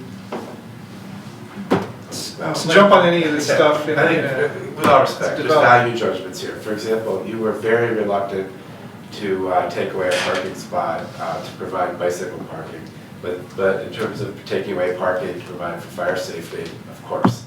So there's value judgments here. So for example, one of the things we suggested in our letter is that there be more doors in the back of the building to provide for access if it's ever necessary. And we heard this evening the deliveries will happen in the back of the building. Now how's that going to happen if there's no doors back there, except for maybe one?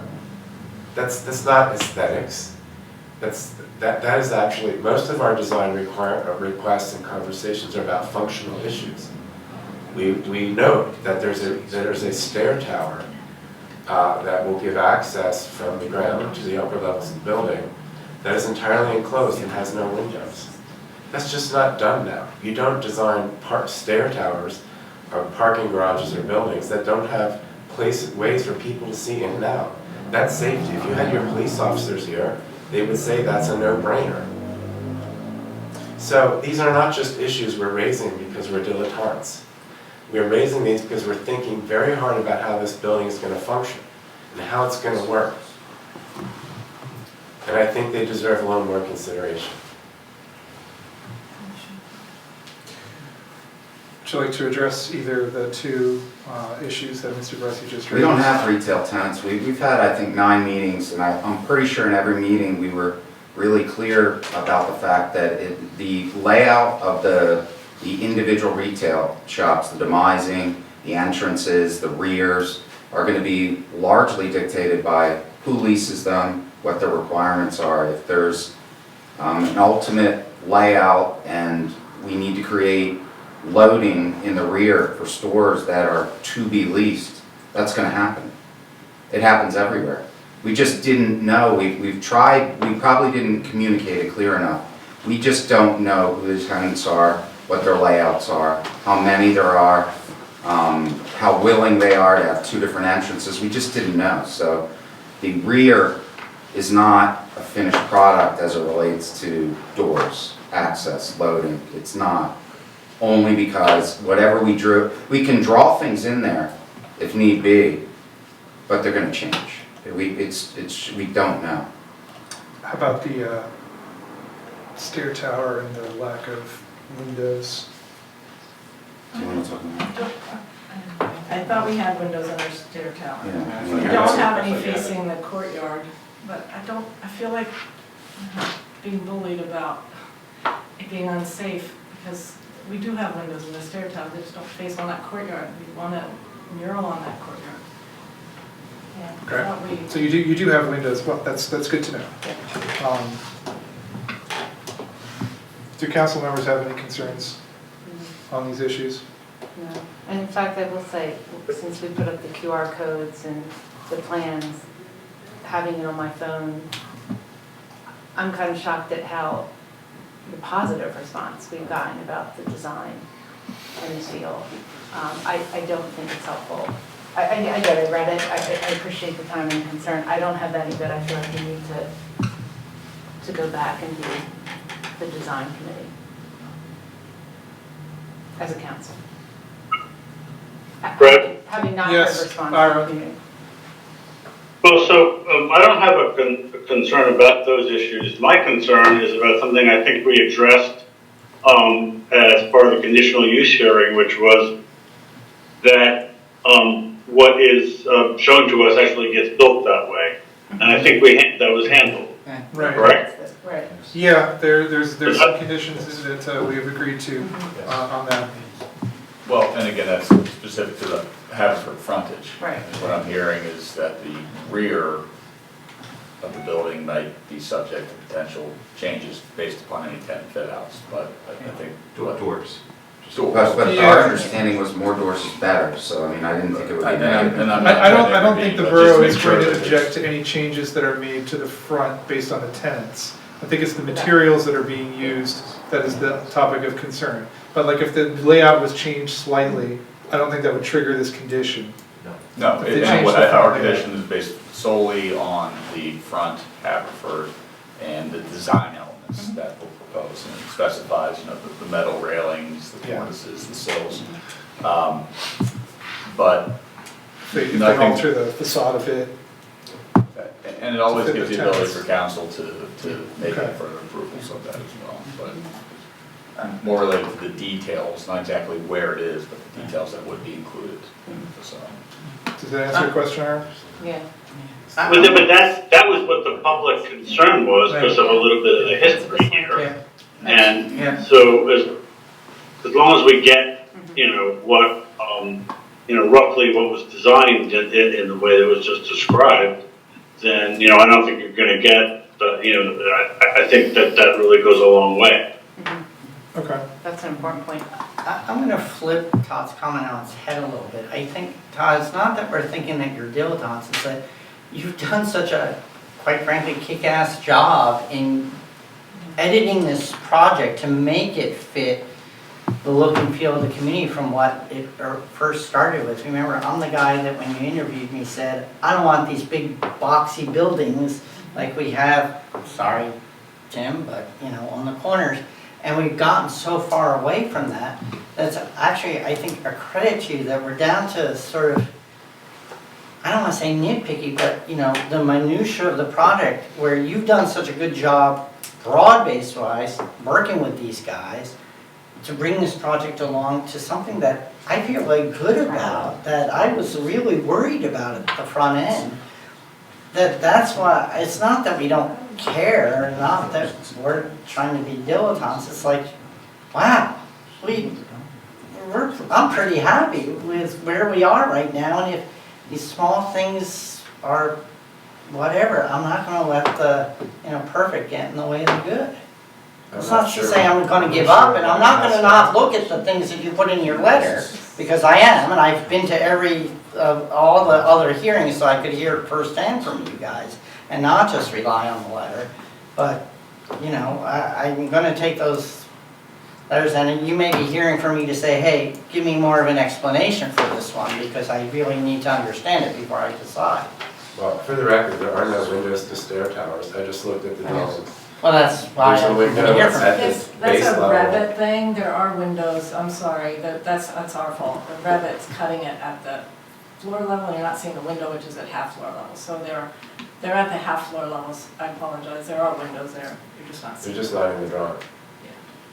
The Okay, drawings aren't perfect, yes, all right. it's a Revit thing, I'm And sorry. I'll just also let you know, in response to the earlier question about how many doors, there are 11 doors in that span of the building. They're going to be replaced with 5. And we keep harping on this, and I think you're looking at the building backwards. First of all, we voted 6-0 to approve this. It's not like we don't like the project. There are just certain things about it that could be better. It's not that perfect's any good. If the perfect is, you argued, you debated for more than half an hour about 2 bike spots. So these are, again, it's what you choose to debate about. The issue with the doors is, to look at this as a building that's been custom built for an initial set of tenants and designed to accommodate them is the wrong way to look at a building. This is not a suburban pad building. This is a building that's going to last 50 to 100 years. It is going to be reused over and over and over again. The tenants that lease it up now, they could be going 5 years, 10 years, 20 years. There will be different tenants who will require different things. So to have the building be designed so that it can accommodate those changes over time without having to be parts of it torn down and rebuilt is really important. Secondly, if you look at the way the street functions, and the best example is to think about how Mapes worked. Mapes was a store that occupied 3 storefronts in multiple buildings. It had 3 sets of doors. Most of the times, Mapes only used 1 set of doors. They didn't want to operate 3 sets of doors. But every once in a while, they opened one of those other doors when there was a street fair. When it was a special day, when they had special seasonal things, they would open another door. They had the choice to do it. That's what made the street interesting. Not that it was tailor fit for one thing at one time. So just because it's a door doesn't mean a merchant always has to have it open and has to have it staffed and has to have it guarded. What it means is that there's the potential to do it if a merchant wants to. And if the building needs to be renovated for another kind of merchant in the future, there's the potential to do that without ripping off the whole facade and putting on a new one. Most of the doors in Haverford Avenue you would never go in because they're residential doors. But what they do is they create the sense that there is a possibility of things happening, of coming and going. And I think that is, when we looked at Haverford Avenue 4 or 5 years ago, when we were contemplating changes in the code for mixed-use building, the first thing we honed in on was the doors. That is what makes that street. It's not necessarily, the look of it, the architectural style. What really makes that street is the doors and windows. And that's why we come back to it over and over again. It does not actually seem to be something that will slow the project down. I doubt it will make it much more expensive. So I don't know why it's not as worthy of attention as, the bikes or, removing a parking spot so a fire truck can get. Well, you're asking why this is not as much of attention. It's because it's not in our code. Okay, they're asking for a waiver for the bikes. They're asked, the fire requirement is a requirement in our code. These are, when you were discussing this for the changes in Haverford, those did not get reflected in code, right? It's not something they're asking for a waiver for. So that's one reason why we're addressing ourselves to waivers, is because legally we have to. I mean, it's a legal requirement. That's something the council's gonna have to vote on every single waiver. Whereas the doors is a nice to have. It is something that is not in our code. They are not asking for a waiver. The number of doors they have in there is by right. I mean, that's what they're allowed to have. And so we cannot, they don't need to ask us for permission to have that number of doors. We don't need to vote on that number of doors. It's entirely optional. So, that's one reason why we're addressing certain things in details, because they're asking for a waiver. They need to get a waiver by law to proceed with this project. And that is not true, or change their entire design. And that is not true for some of the things that you've brought up. So it is up to council whether we're going to discuss some of these other issues. And you're right that bikes are a priority for council. You've correctly identified something that a lot of council members feel very strongly about. I'm sure there are plenty of other issues that we proceeded with pretty quickly. There are other recommendations from our planning, our Montgomery County planner, where we moved right past a lot of the shade tree recommendations. I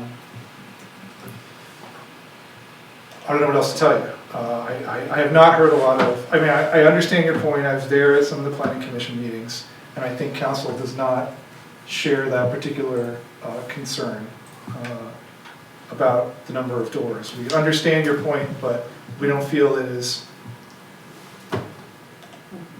Yeah, Andrea? As someone who has worked in the downtown, worked every day as a retailer, Tim, I know it may not be in the code.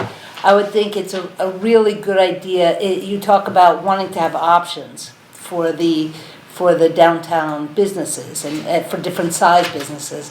And to go from 11 doors down to 5 is a substantial difference and limitation on you as to how you can use your space.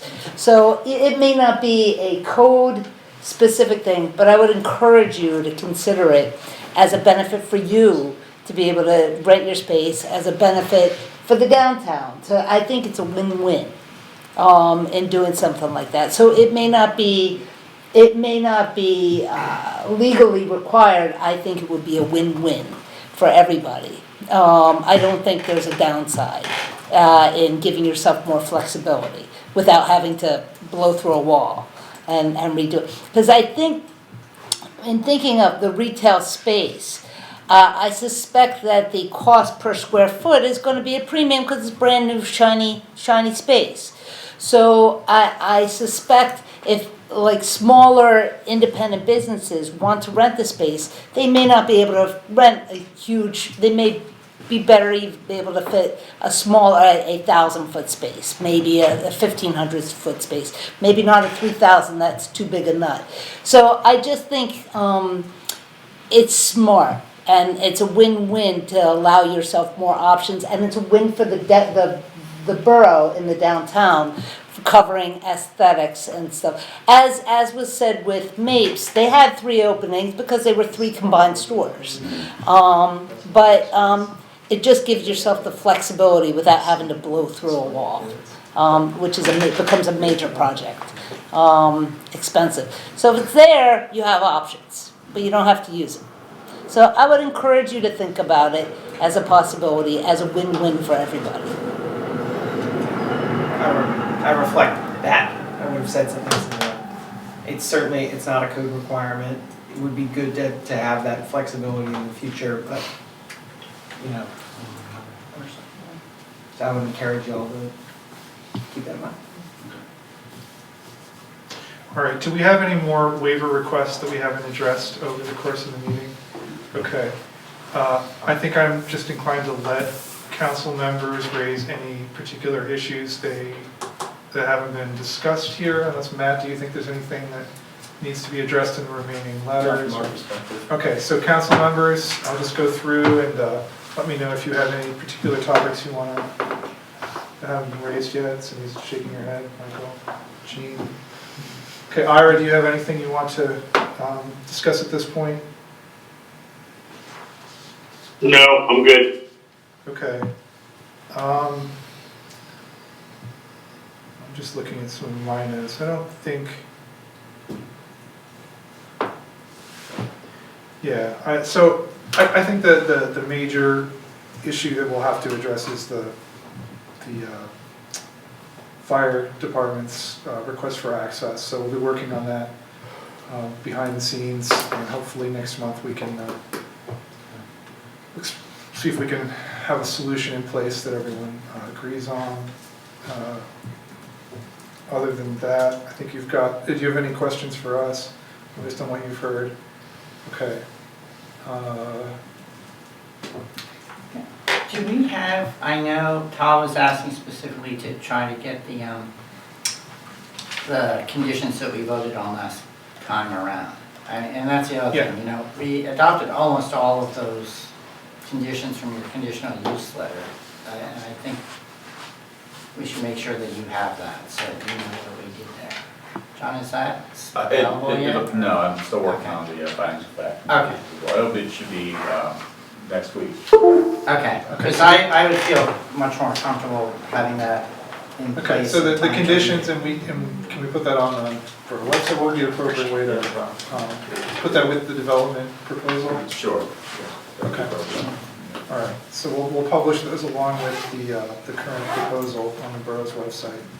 And like I said, these conditions were agreed to at our last council meeting, but they are still being codified. Well, the conditions themselves in the order is done, but we're still finalizing the findings of fact and conclusions of law as a result of that. Okay, what you say. Is there anything else we need to do at this time for this proposal?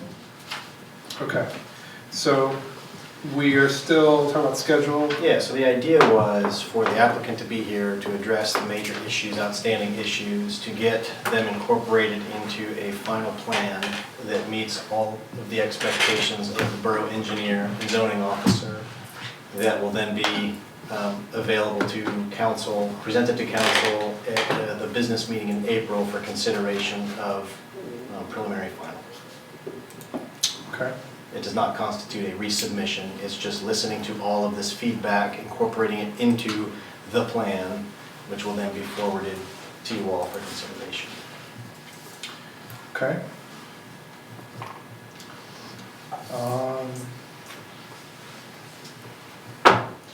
In case I think we're done with this agenda item, thank you all, and we will see you again next month. We do have one more topic for this meeting. Well, we have our monthly report, so it's already pretty late.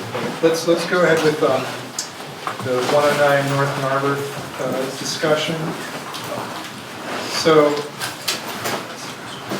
I think what I'd just like to do here is I had circulated a potential statement from council. It's very simple, but council doesn't work on the same timeline as everyone else, where we have to agree to our statements in public, or we have to do this at a public meeting. So I'm just gonna read what I circulated. We acknowledge with sadness the recent incident involving anti-Semitic graffiti on the wall of a Jewish-owned Narberth business, Nana's Kitchen. We thank the Narberth Police Department for its continuing attention to this crime, and the Public Works Department for its swift work in cleaning up the site. We are heartened by the community response, including a rally to express support for Nana's Kitchen. We condemn hatred, racism, and anti-religious bigotry in any form.